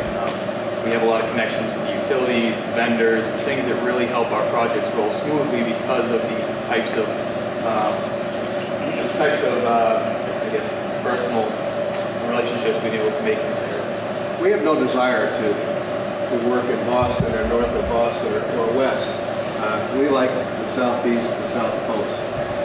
This is where I raised my family. This is where Taylor raised his family. We have a strong connection to the Cape and the islands. And we feel that it's very important as a project manager to stay local rather than the distant parts of Massachusetts or northern Massachusetts, because it really is a personal project, and you're relying on your project manager to be there all the time and be accountable for the project. Taylor talked a little bit about it. We like to think we're a specialized firm. Public safety is our bloodline. That was the first project that we completed, that I completed personally, was the Bridgewater Police Station and the Bridgewater Fire. We did some schools. We've done 3 schools, but quite frankly, we find that a grinding mill, and it doesn't really interest us much. We've been involved with 4 library projects. We find those very interesting as well. We've handled the grant applications for those as well. We've finished the Mashpee Public Library and the Edgartown Public Library, which is pictured right here. We just completed 2 grants for this recent grant round for Norwell and for Brewster. So those projects are complete. They go into grant, and we may not hear back from them for 2 or 3 years until they get started again. But we like to think that our management style works beautifully for grants because of attention, detailed, and focused we are. But really, the most important aspect for our company is public safety. We've done a number of projects, and this is where we focus ourselves. And we think it's extremely important when you're looking for a police or fire facility to make sure that you hire the experts. We have been involved with the communications, the radio systems, the security systems, all of the intricate elements of the police station and fire stations that are important for the project. Right now we're constructing New Orleans Police Station. Part of that project was a temporary facility for the department to work on. We moved an entire department to a temporary facility, which included all communications, radios, security systems. They're not using any holding, it's not a holding facility, they're using a shared community, they're using Booster for that. But the intricate nature of moving the department into a temporary facility, we'll be moving them back in a year as well. But all of the coordination and communication with the radio systems, the dispatch, all of the different security aspects, we handle all of that. It's a major undertaking, but that's what we do. We handle that for Marion, we handle that for Norwalk. All the towns that we have handled that for, every police station on this map, and they've never lost one call during that whole transition. That switchover is like a switch. And when it happens, the new station's live, the old is done, and they're operational. Or it's a temp facility and the same thing. Number one question I'm asked is what's the most difficult part of being a manager for a public safety facility? And it is by far, hands down, communications and your IT. The building is the building. The guts of what's in that building when it comes down to making all your systems talk is the number one priority. For me anyway, to make sure that those things are working efficiently and hopefully the buildings start going. And it starts, that infrastructure for those integral components starts in the very early stages. We stress and demand coordination meetings from our design team from the very beginning. We don't just have regular project meetings. We'll have a regular project meeting to bring the building committee up to speed, but on the side, we're having coordination meetings with our consultants through the entire process, to the point where they just say enough is enough. But we feel that it's extremely important to make sure that all of the consultants are fully aware of what our requirements and demands are for that operating facility. And it shows in our projects. We've got it nailed down. We can turn over a project with design and construction effectively, and the departments are not missing the beat. And I think you can hear that if you speak with our references and the departments that we've completed. We're your advocate. We are the nucleus of the project, and we hold all of our team accountable. The designers, the engineers, the contractor, and our clients. There's a lot of accountability that needs to come from the client. It's a difficult project, a difficult job. That's what you hire a project manager for. We take a lot of pride in that. You hire us to be the driving force. We never want the town to hit us on the back of the head and say, hey, we didn't know about this, or we didn't hear about this. We make sure we always keep the town informed of everything that goes on in the project. We like to be, or we are the person that gets all that information funneled through us from the contractor, the architect, the engineers, and we disseminate that information back to the town. We're going to take a little bit of an easy walk. We're sort of drilling into our approach, but our approach has been so successful that we've had a lot of private clients that have come to us to manage their projects on the side because they see that we have a great success rate. I'll give you a couple of examples. We managed, orchestrated, and moved the Gayhead Lighthouse a couple of years ago. I'm sure you've seen that. It was in all of the local papers. We were the project manager for that from beginning to end. All of the procurement, the management of the consultants. We had someone on site during the entire move. It was a great success. I actually have a picture at home with my wife underneath the lighthouse. And people are saying, were you compelled to push the button? But she found that, she showed that to her family, and it was just a great thrill for her because it was a monumental task. We got that project because of this project. It was out on Wascombe Point in Martha's Vineyard. We were fishing. Yes, yeah, and you know it well. I do. We were hired by an investment banker out of New York City to assist him and manage the salvation of his compound. He had a 4-building compound, the mansion, garage house, a carriage house, and a summer house. The smallest of the houses was twice as large as ours. And so the scale doesn't, it's very difficult to see. But they were losing a foot of bank a day. It was because of a breach in Edgartown Harbor through South Beach, and it changed how the coast was reacting. And we were losing a foot a day. And when the erosion began, the beach was way out here. We were called in December, and we assembled a team to begin protecting the bluff. It was a temporary protection with core log systems. And we assembled a team to move this mansion, which included 2-lane bowling alley in the basement, movie theater, daycare, a bar or something. It was a very big. Put it this way: it would have been cheaper to let him fall, to let it fall into the ocean, build a new one, than to move the house. But he wanted to keep it. We moved the home, including the basement. So we went underneath the entire move, created a trough to its new location, and wheeled it over. But in order to do that, we had to move all of the outbuildings that they were surrounding. So it was, move this thing like Frogger or whatever it is, that video game.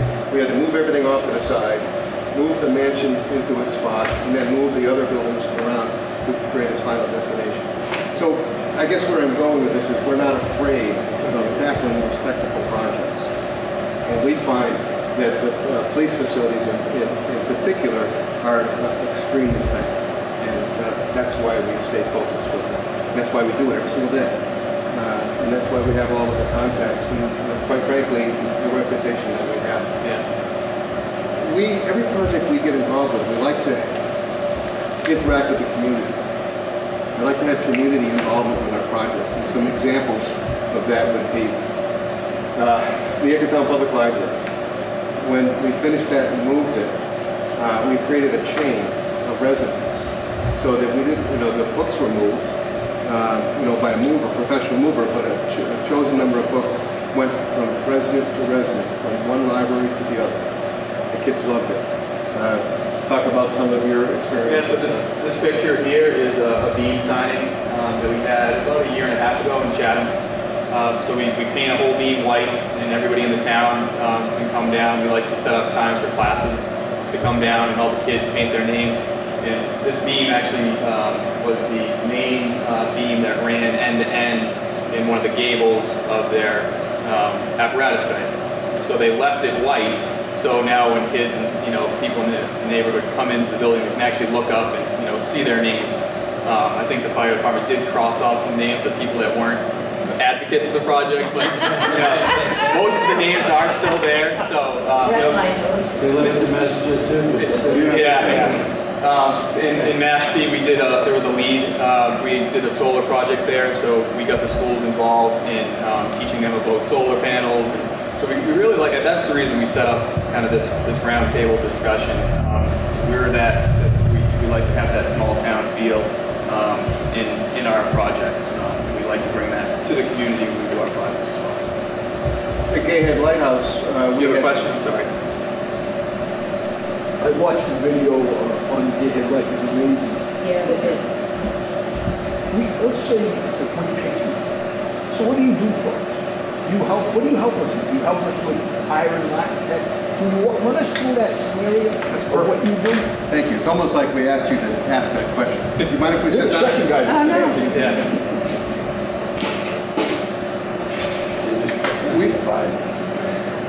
We've put together a mock meeting for you because we feel the proof is in the pudding.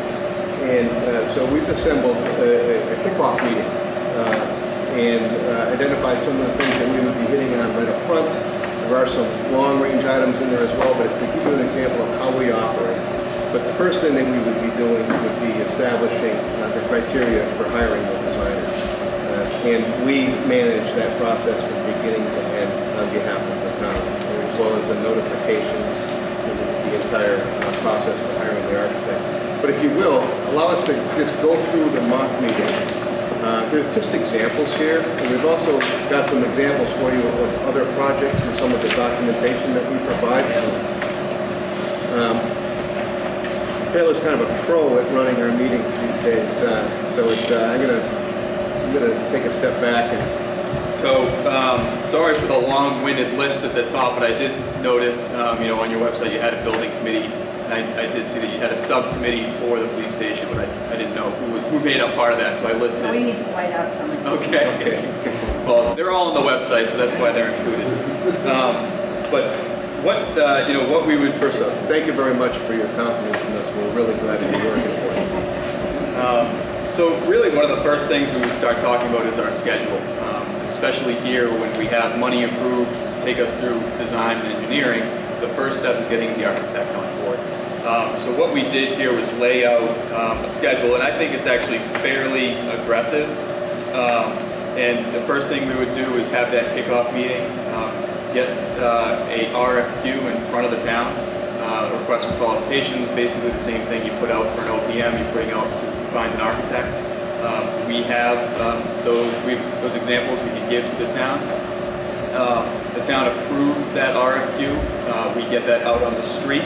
So we notify the Central Register, which is the Massachusetts online way for architects and engineers and contractors to find work, what new projects are coming up. We notify the Central Register. A week later, that document is made available to designers. And then typically 3 weeks later, they're due. In between that time, we might have an architect walkthrough. He'll come to the town and ask some questions, all the architects, I'm sorry. 3 weeks later, it's due.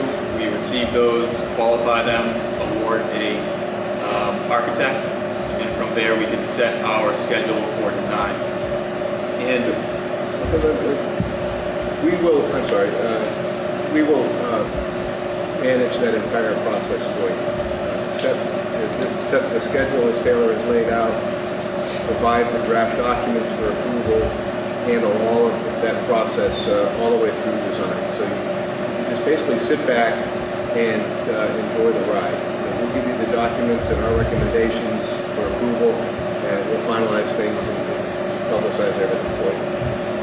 And I just wanted to highlight in that schedule, I did notice, you know, there's going to be a town approval summer, in 2017, June and July, but I couldn't find any more information on that. So really what this schedule does, and I did have one typo there, the last one, I changed it to a 9 on your schedule, so under project completion. What I did was I integrated that town approval with our design. So what I was thinking was if we can get the designer on board and just start design, we could have our approval, well, we're still in design, period. And then if it's approved, we're still moving through. Whether or not we have to bring a feasibility study or a schematic design to that first town meeting, we don't know, but that's also an avenue too we can choose to go with, and then continue design after that time kind of approval. So Feasibility study was done before you guys were hired. Okay. And just a preliminary on all of those in town. We, as a group, have gone to several police stations. We have an idea of what we want. We also have an idea of what we don't want. So the program itself still needs some tweaking. Also, the engineering of the property is being done as we speak. Aerials are already been done. The topography map is already done. There's some flagging of wetlands and some questionable wetland area that needs some more, some more digging around to develop. But we'll go from there. You're off to a great start. yeah, we're ahead of the ball game. So along that line, at every one of our meetings, we'll have schedule updates, and we'll be establishing milestones and what is to be expected of your project manager, what's to be expected of your design firm, and what's to be expected from the town for decision making. And we have several different tools that we utilize for that process. And some of the things that we'd be looking for right up front is we establish what sub-consultants are necessary in the different tiers. We don't have to get into the specifics right now, but those are things that we'll be tracking and we'll be working into our milestone schedule so that we get them on board at the appropriate times. And you're already working with what we would consider your tier 1 consultants if you're starting your site survey, any geotechnical work from there, so that's great. The utility notifications and coordination of the utilities is something that we like to see start day one because of the amount of time that it takes for that process to go through and for the design reviews and so on and so forth. So we like to see that right up front in our first meeting as to how we're going to be tackling those components. Not necessarily in the same order, but we're highlighting particular areas of our mock meeting. We'd like to give you some examples of our project financials.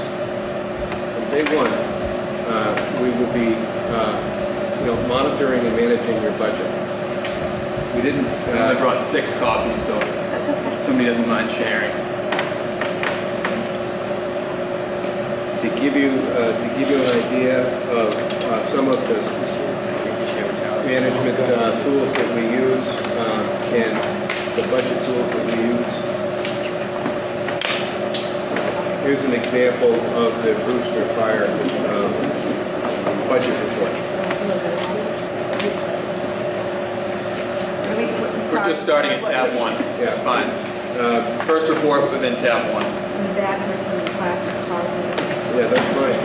So monitoring the budget and managing the budget is very important to us. And so we take a very active, proactive role with it from the very beginning, because that's really what's going to drive the success of the project from our perspective.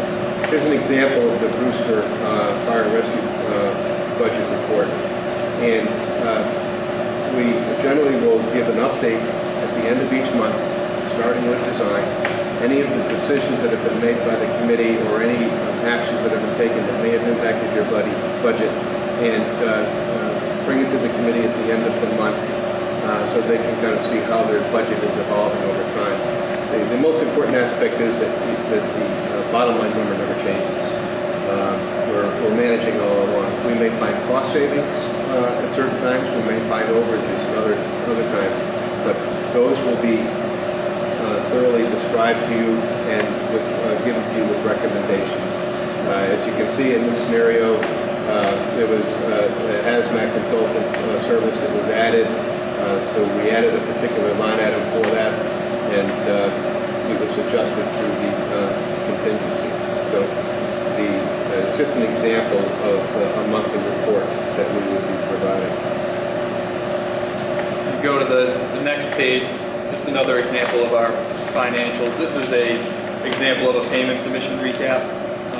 So as with our monthly budget report, this is reported every month with all of our invoices that come in. So at any point in time, you can take a look at this sheet and find exactly what has been paid to date and how much is left in your contract. And obviously at the bottom, what your contingency is that it's a full snapshot of your entire project that highlights your hard costs and your soft costs. The next page is another example of the development budget in process before the monthly report, the first month. This was during estimating, so it hasn't. The budget had not been set at that time, but you can see the level of detail that evolves from it. One of the things that we find that we're very proud of is our value engineering options. So in other words, as we're monitoring the budget, if we ever see a scenario where the design perhaps is going to a point where it's driving our budget higher than we need to be, we're continually looking at cost-saving measures.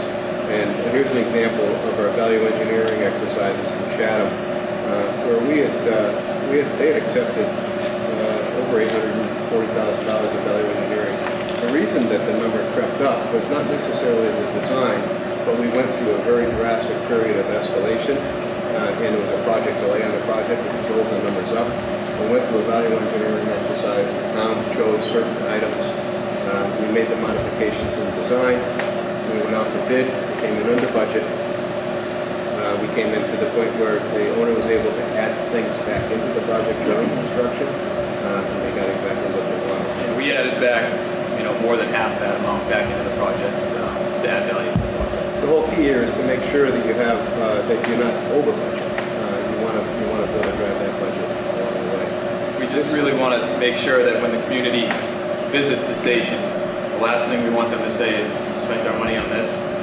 So that we take a very proactive approach to making sure everything is in the building that needs to be in the building, and it's durable, and it's going to withstand time. But there's no reason for marble floors in the police station and things like that. So we take a close eye look at everything.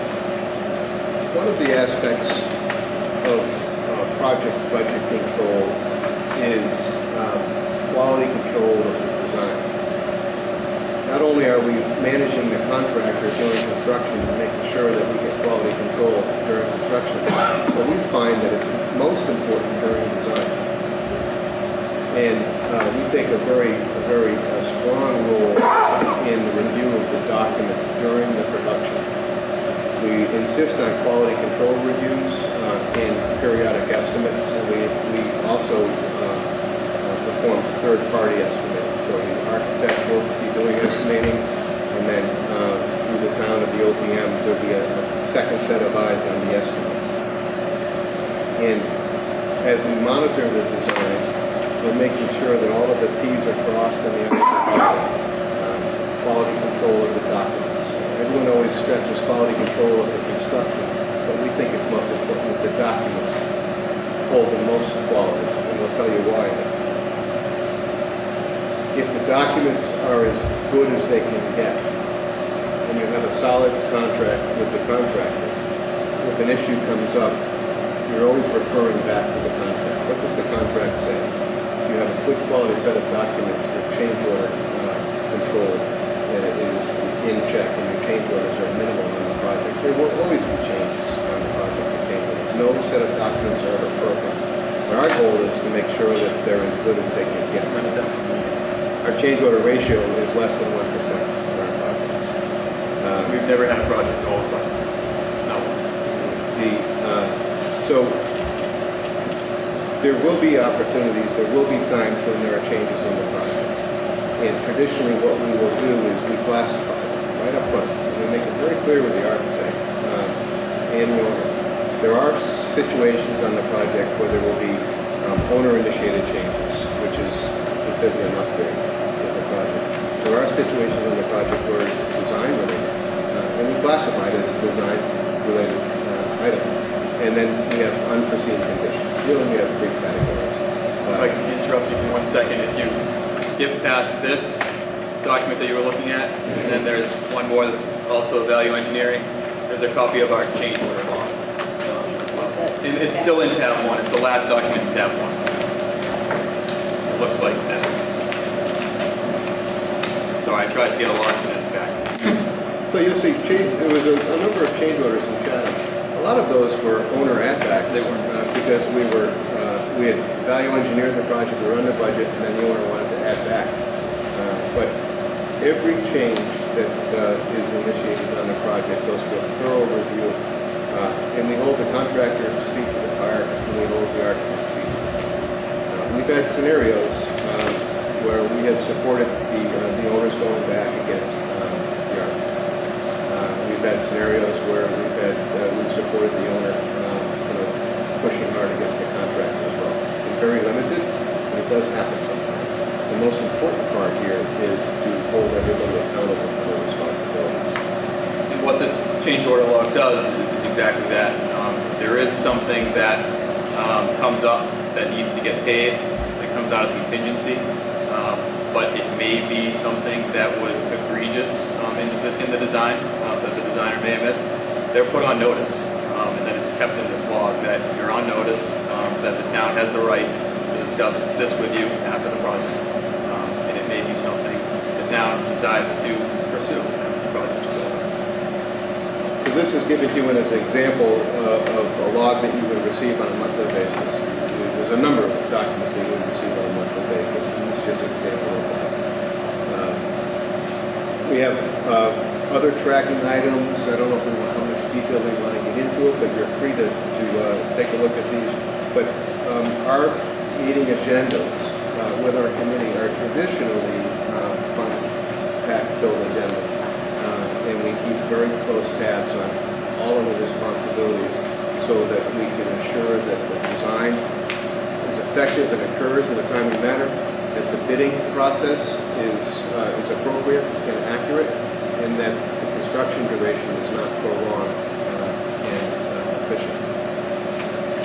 During construction, we're responsible for the oversight on the project.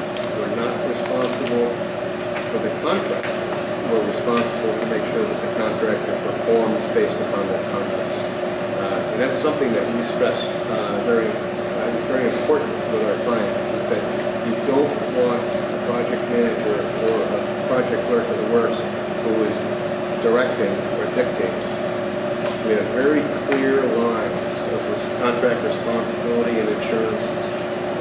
The architect has their responsibilities, the contractor has their responsibilities, and the owner project manager has their responsibilities. It's our job to make sure that everybody follows through with their responsibilities. But what you don't want is you don't want your owner project manager taking over those responsibilities on your behalf. Yeah, lack of a better term, we're here to keep the monkey off your back. You know, if we start delegating certain things and something goes wrong, then the town's on the hook. So we walk that line, you know, as close as we can, but I guess, like you said, pointing out certain things for the contractor to do or the architect, you know, you can't cross that line. So if you see something wrong, you're not going to coach the construction? Nope, absolutely, yes. Okay, so you're not going to be hands off and just say, okay, construction people, you do your thing. No. So well, basically, that's kind of... Yeah, so if I have a perfect example, okay? You have a scenario, you have a general contractor who has subcontractors who they're responsible for on the project, and the subcontractor is doing something wrong. Okay, it would seem to make most sense to you to tell that subcontractor that you're doing it wrong, and you should do it this way. Now all of a sudden, we have taken responsibility for that contractor's work, when in reality, it's our responsibility to point it out to the general contractor, put them on notice, and notify the architect, and if it's egregious, the owner. And that's the chain of command. You cannot stop a contractor from doing anything. If they own the contractor's means and methods, it's our responsibility to make sure that they follow that. And if they don't, we have to point it out and we have to have it addressed. But what you don't want is you don't want to take over responsibility for directing people on the job site. It's very important. Who's on the ground first? Pardon me? Who is the person on the ground watching everything that goes on in the construction? We feel that this project would be ideal for Mike Fortunato. Mike Fortunato is our project manager and clerk of the works, and he's doing the Orleans police station right now. He's scheduled to be completed with that in December, January of next year, which falls in line perfectly with your schedule. We also have two other site managers and project managers, Neil Provo and Steve LeBaron. Neil's working in Brewster. They're just breaking ground, and so he's another likely candidate for that. So whoever gets assigned, they're there every day. That's correct. During the process, let's talk about the team a little bit. Taylor and I co-manage. We like management overlap on your behalf, on all of our clients' behalf. We demand it. So there's not one project where you have a singular person working on it. You'll always have two people, most likely three, at different stages, but communicating during the entire process. When we're doing our design reviews and quality control reviews, I enroll the entire office. Everybody looks at the documents. When we're handling our management projects, Taylor and I act as a team. We feel that that's the best approach, the most effective approach. It gives you continuity. And it also gives you some security in the sense that if I become ill, you always know that there's someone that knows just as much about the project as I do. During construction, we don't leave. The project manager that is with you from the beginning of the project is the project manager that will be with you at the end. A lot of firms will trade off, pass off. Okay, it's your baton now. You carry it all the way through. And that's what we were talking about early on. We only take on the projects or pursue the projects that work with our schedule and that we desire to work on. To give you an example, we like to have 3 projects in construction and 3 to 4 projects in design. So as projects are rotating, you keep that flow going. we're never looking for all the projects that are being designed or all the projects that are being constructed. So in the last year, we've had 3 projects roll off. So we're looking for another design project to put on, and yours fits our schedule perfectly. So that's kind of how we work. We never build up.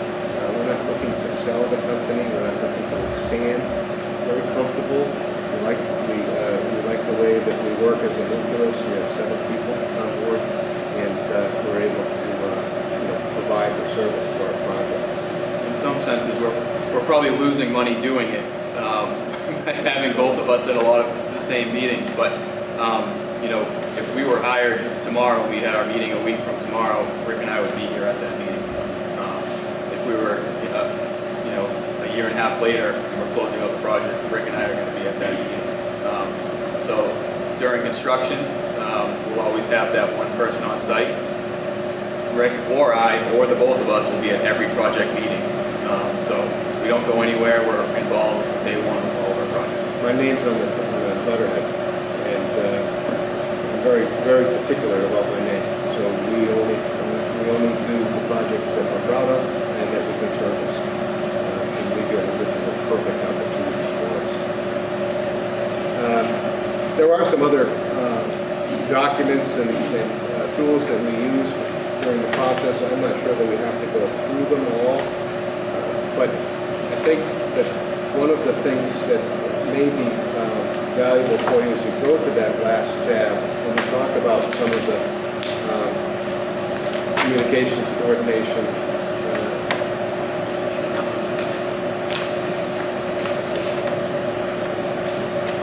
If you go to tab 4. Want to talk about Marion, please? Tab 4, this is the Marion Police Station, completed in 2009. And this kind of just shows the level to detail we go through. This was just a agenda I pulled for scheduling reasons at one of our IT meetings. We scheduled all of the consultants to be there, Signet ran security, E911 was Verizon from that time. Go to the next page, Rightline was the console company that was building the dispatch consoles. We had the Verizon phone company there, radios for Cybercom. Carousel was doing our phone install for the town, and then WB Mason doing some furniture. But the next page, even after that, we had Comcast, and then East Electronics running some fiber for the town. So these are how integrated we like to run these meetings. We bring everybody to the table. And our IT meetings probably have one a month once construction gets started because of how integrated the systems are. We make sure everybody knows at one point or another what is going on with our IT systems. So, How often would you meet with us? that's really up to you. We meet typically with towns, with building committees once a month. We meet on projects. We have project meetings, which I'd assume most, if not all, of you would attend. And that could be as much as once a week or twice monthly. Right now, for instance, in Orleans and Brewster, we're doing twice monthly. In Chatham, we just came off a project where we're doing once a week. So really in construction, we like to set up our meetings based on the flow of the work. So early on in the projects, when things are getting going with site work and foundations, it's a little bit slower. You can manage twice monthly. And then in the middle of the project, when you're starting your rough ends and things are getting much busier, we typically switch to once a week. But as far as your overall building committee, if it's going to be that full committee, full list, typically towns meet once a month on that for an update. We see a lot of committees create a subcommittee just for that purpose, to attend the project meetings. It makes it a little bit more efficient. One of the things that we do that I'm not sure anybody else actually does, but I'll give you an example. Orleans Police, we're doing construction meetings every other week. We may ramp that up to every week, but right now we're doing them every other week. Immediately following that, we have an owners meeting. And we do a complete financial update as well as project updates with the owner. So there's a number of committee members that will sit in our construction meetings. What we ask is allow us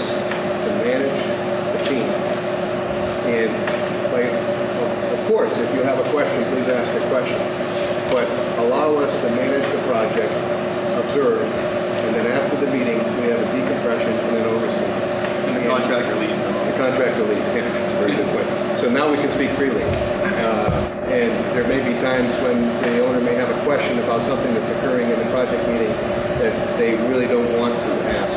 So this is the extent that we go. Most people will have a project meeting and say, okay, good luck, we'll see you in 2 weeks. Well, no, we're here for the owner. So we have an owner's meeting immediately after that. And that's where we cover all of the other discussions, all of the owner's equipment purchases, or the scheduling items, any potential change orders that we need to review, our monthly budget analysis, and then all that information is presented to the full committee once a month.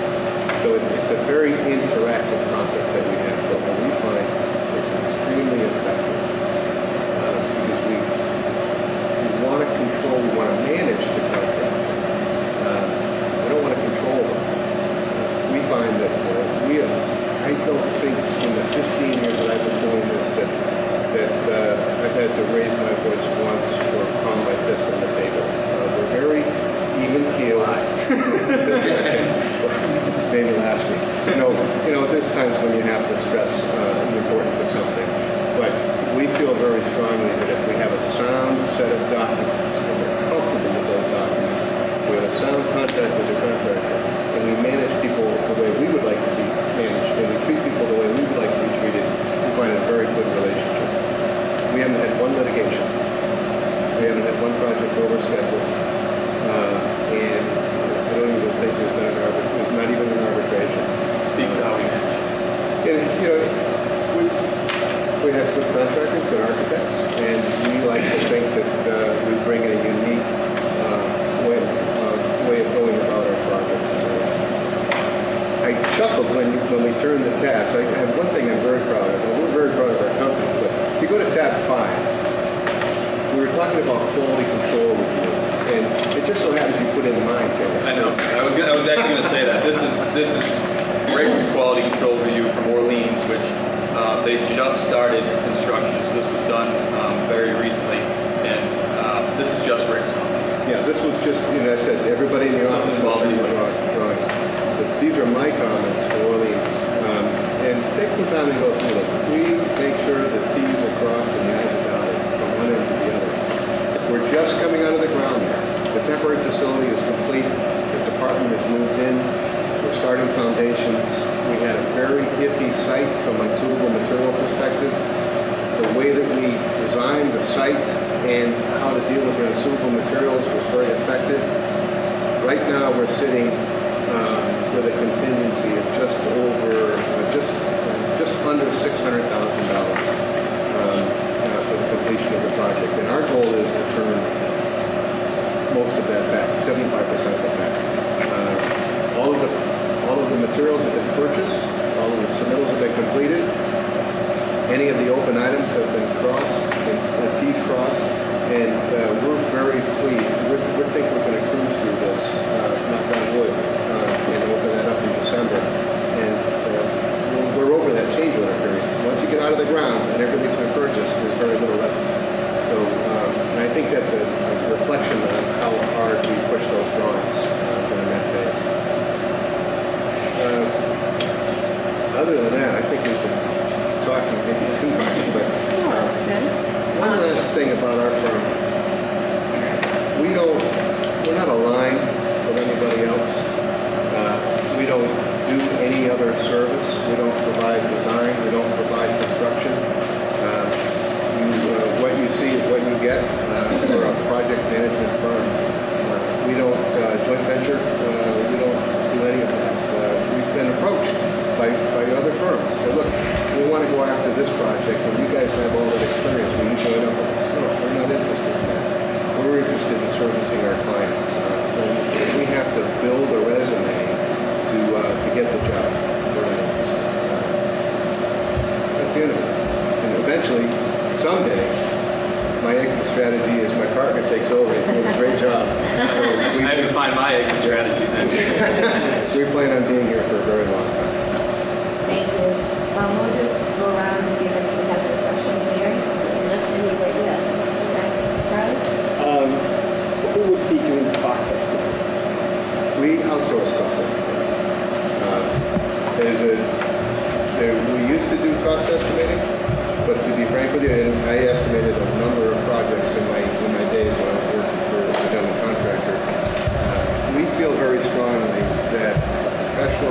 estimator.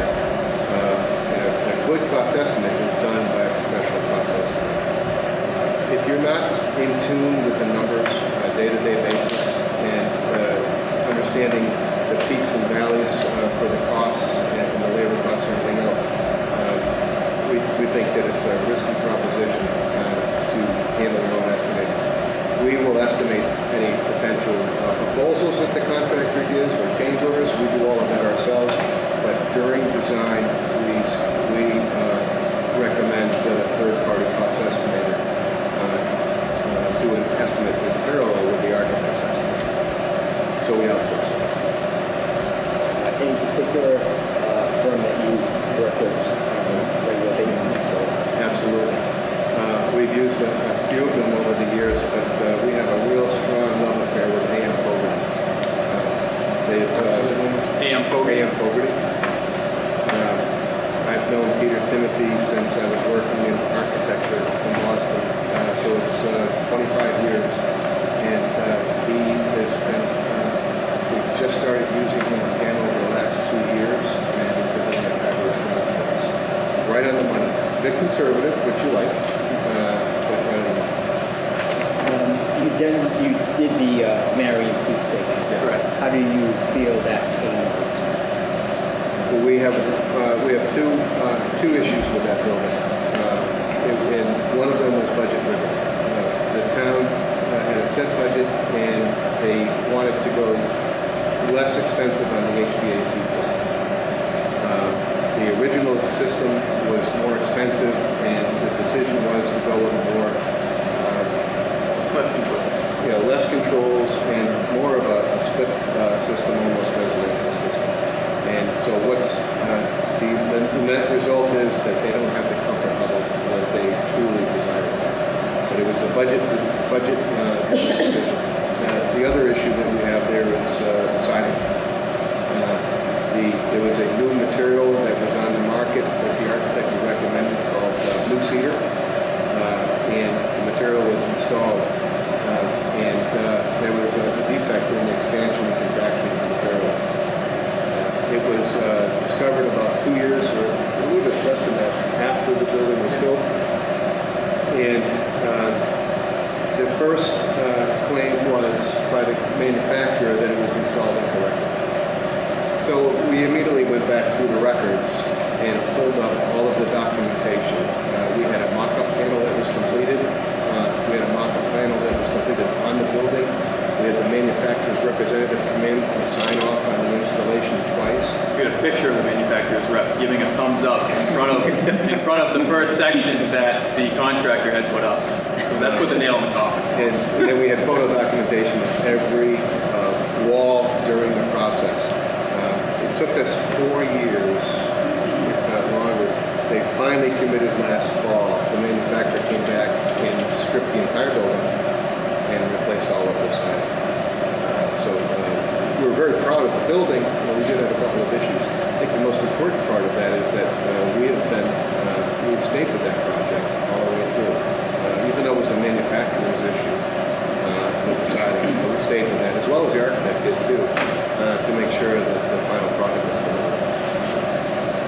And you said there was a site issue, unforeseen site issue at Marion.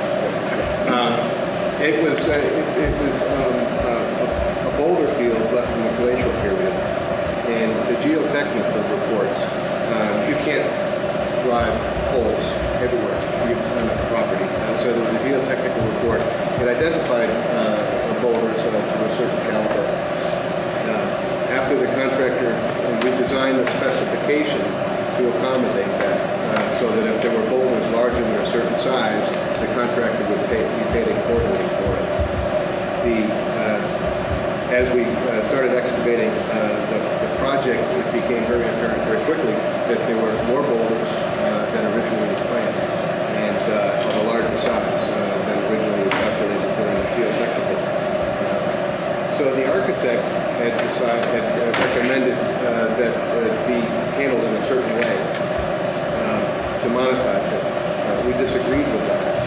We felt that it should be handled in the method that we had designed during in the contract. The contractor finally submitted their change order. It was close to $400,000 to remove all of the boulders. We immediately recommended to the town that it be rejected, which it was, and we went back and brought in a third-party engineer to accurately identify the extent of the boulders. We went through the estimating and argued the case with the contractor, and the final change was settled on just over $100,000. So and that was worth it. It was a good price for the material, but it was a lot of work to get to that point. But it would have been obviously far easier just to accept the change order, but we couldn't finally accept it. So we redesigned how they were going to be compensated for it, and the contractor accepted it, the architect accepted it, and we moved on. Okay, one last. Would you participate in selling marketing? Well, when I say that, I mean going before a town meeting, would you put on a presentation or develop a presentation on looking at the existing police station, why it's inaccurate, so forth? Absolutely. We do that all the time. Yeah, we're not very shy. We do that all the time. But a very good example of that would be Chatham. The architect in Chatham did not have a good demeanor and a good camera persona. And the town said, look, we want you to take over all of this. And we presented the architectural as well as the financial as well as the whole project. So we were the face for that project. And there was so much opposition in that town. The previous project had failed before we were hired. There was so much opposition in that town that folks thought that it wasn't going to pass ever again. So basically what we did was we recommended to the building committee that let's find those the most vocal naysayers about your project, and let's see if we can get them comfortable. Let's not try to change their mind, but let's show them where they may be wrong. And so Taylor and I actually went and had breakfast with several of the very vocal citizens. And before you know it, things started to turn to the extent that the most vocal opposition to it stood up at town meeting in support of our project. We had a presentation for the Chatham's Women's Club. I got a call from the town manager. She said, you have to be at this presentation. I was in Egerton. I said, well, Jill, nobody even told us that you were having. We'd be glad to be there. She said, you really need to be here. I said, okay, fine, I can make arrangements. I literally jumped on a plane the next day. I was in Egerton, flew to Chatham. We went into the presentation. Taylor was lucky enough, kind enough to pick me up at the airport. We went into the presentation, and we went into the hall, and there had to have been 150 people there. And I was like, wow, this is excellent, a great crowd. So there was another speaker in front of us, and it just happened to be an author who was signing her book. And so I said, well, this is great. I'm glad I flew all the way up here so I can present to these lovely people. And they had a recess. And everybody laughed, and there was 3 people.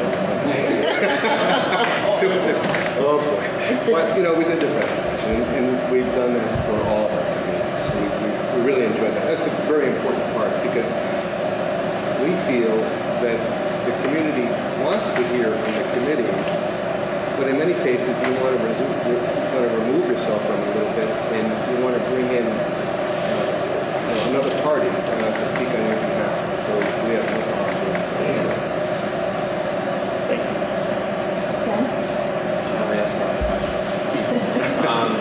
Honestly, my interest is with Dayton.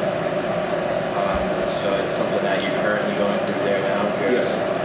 Farther ahead than we are, but I know it's a challenging community to work with as well. So I'd just be curious to hear what your thoughts are on their project and how it relates to ours. Dayton has been challenging. It has been a challenging project for us. We were hired in 2013, and when a drastically unrealistic budget. They wanted a 7,500 square foot building for $2 million. And we went to the interview, and we laid out what we perceived to be a realistic budget at the interview. I said, we're not sure if anybody else has told you this, but you have a serious problem with your budget. Your expectations are far greater than your pocket. So we walked out thinking we didn't get the job. We're not getting that job. We told them they couldn't do it. They called us back and said, we like your candor, so we'd like to give you the job, but we want to stick with our budget. Well, you're going to have to reduce the size of your facility. And he said, well, we don't want to do that. I said, well, let's do this. Let's agree to start a feasibility study, get an architect on board, because obviously you don't really want to listen to what we're having to tell you. So let's get another party on board, and then we'll collectively give you our recommendation. And then at least you know it won't be one-sided. So we went through that process, and they came back with, the architect came back with the same conclusion. We didn't give them any information, we just let them go through it. So it got to the point where the town decided that they wanted to cut the program, and get it within what they perceived to be a reasonable budget. Well, that took a year and a half, and during that period of time, we went through a very drastic escalation period. Work was just starting up again, and the contractors weren't as hungry. Boston was beginning to boom, and we were seeing escalation, in some cases, it's upwards of 6%. By the time we got to the point where we were out to bid, even with a reduced size building, we were still over budget. We went through value engineering exercises. We cut out the Sally port. What we created was... They were telling us to design it to a number. Yeah. So we had to, we were cutting to get to a number. Right. They finally got to a point where they said, we had told them a number of times that you're building something that the department is going to grow out of the day they move in. Regardless, this is the direction they wanted to go. So we finally got to a point where the building inspector stood up one day and said, why don't you just build the building you need and create the budget that you need to build the building? And we're like, oh, we've been saying that for a year and a half. So that's where we're at. Now, where are you guys at with the building? Are you at a point where you come up with more plans that are more reasonable now? So the new budget was just approved. Yes. At their town meeting, their ballot. So now we're in the process of negotiating our second phase of the contract for the new design of the larger building. So there's a 3 to 4 month design period that they need to go through before they can go back out to bid at this point. So you haven't I know that they did a quick figure. I don't remember what the figure was. 5.9. And how big is the building? 8,500 square feet. Yeah. Oh yeah. Well, we started with a 7,500 square foot building for, they wanted to build it for 2.1, and the total project budget, including soft costs, communications, radios, furniture, was 2.5. And that's, you can't build a building. No. The budget was set by an architectural firm who was working with that previously out of Rhode Island, and their expectations were just completely off base. We actually tried to almost lose the project on an interview. It's been a budget challenge. It took us 7 months to go through land permitting here. Not because of anything the engineering team was doing, but it got held up a lot in their different zoning board, planning board. It was kicked around in there. There wasn't really any clear direction at some points. No support. Yeah, so that was part of the major holdup, was us trying to get the permit, which is usually, takes a month. Very smart, right? Yeah. Thanks for bringing it up. Well, I'll continue. How about Doc? Dartmouth. We're really excited about that project. That's where it's based. Yeah. We're going to town meeting this spring. Yep. We have the ballot vote first, and the town meeting afterwards. The first project was voted down a year and a half ago. Right? We were not involved with that. We were hired after the design feasibility had been completed. and the plan was to renovate the existing facility that is a sick building. Yes. We we were hired to review what the architect had completed and give a recommendation, which we did. And that was rejected at the ballot. I was approved at the town meeting in the fall and rejected at the ballot in the spring. So we put together an aggressive program over this last summer with a new feasibility study for the new building and the Gidley School site. And it looks as if it could be favorable with the town. I think the town has gotten over the fact that although they want to be very efficient in their spending, they realize that they don't want to put good money after bad into that existing facility. So what we're hearing is that it's very positive that they're finally going to get a new station in the size that they need. We're excited. We just got we just got positive demo bids back yesterday. For the good for the Gidley School. They wait long enough. I was in there, yeah, it is, yeah. That be it farther north, pocket the taxpayers there as well. Absolutely. You know, it's a very difficult town from a call perspective. Huge. You know, we try to relay to people that the offices are out on the street. They do have to be back at the station, but they're out on the street. Dartmouth is a difficult town to get to the north and south. And one of the problems with it is it was the cost value for the other proposals, and the town members and powers that be just didn't feel that they were going to dress up that big any more than they could. That would have been the fourth rebuild for the stations. Yeah, terrible. One of the greatest, most outspoken individuals was Bob Michaud. That's my cousin's husband. Is that right? Okay. Well, he was right on. Yeah. He was right on. And, you know, after that failed vote, you know, I said to the chief, I said, just like we did in Chatham, we need to talk to Bob. We need to find out what's really bothering him, because obviously he didn't like this plan. He's a very intelligent man. He's now part of the chief's advisory committee. Yeah. And, you know, I just love He's also had many death threats over the years. Well, not so much, because you know, sometimes the most negative people become our strongest advocates. No, I really appreciate the presentation and the method you used to involve everybody and basically show us exactly what's going to happen. It was a great presentation. Thank you.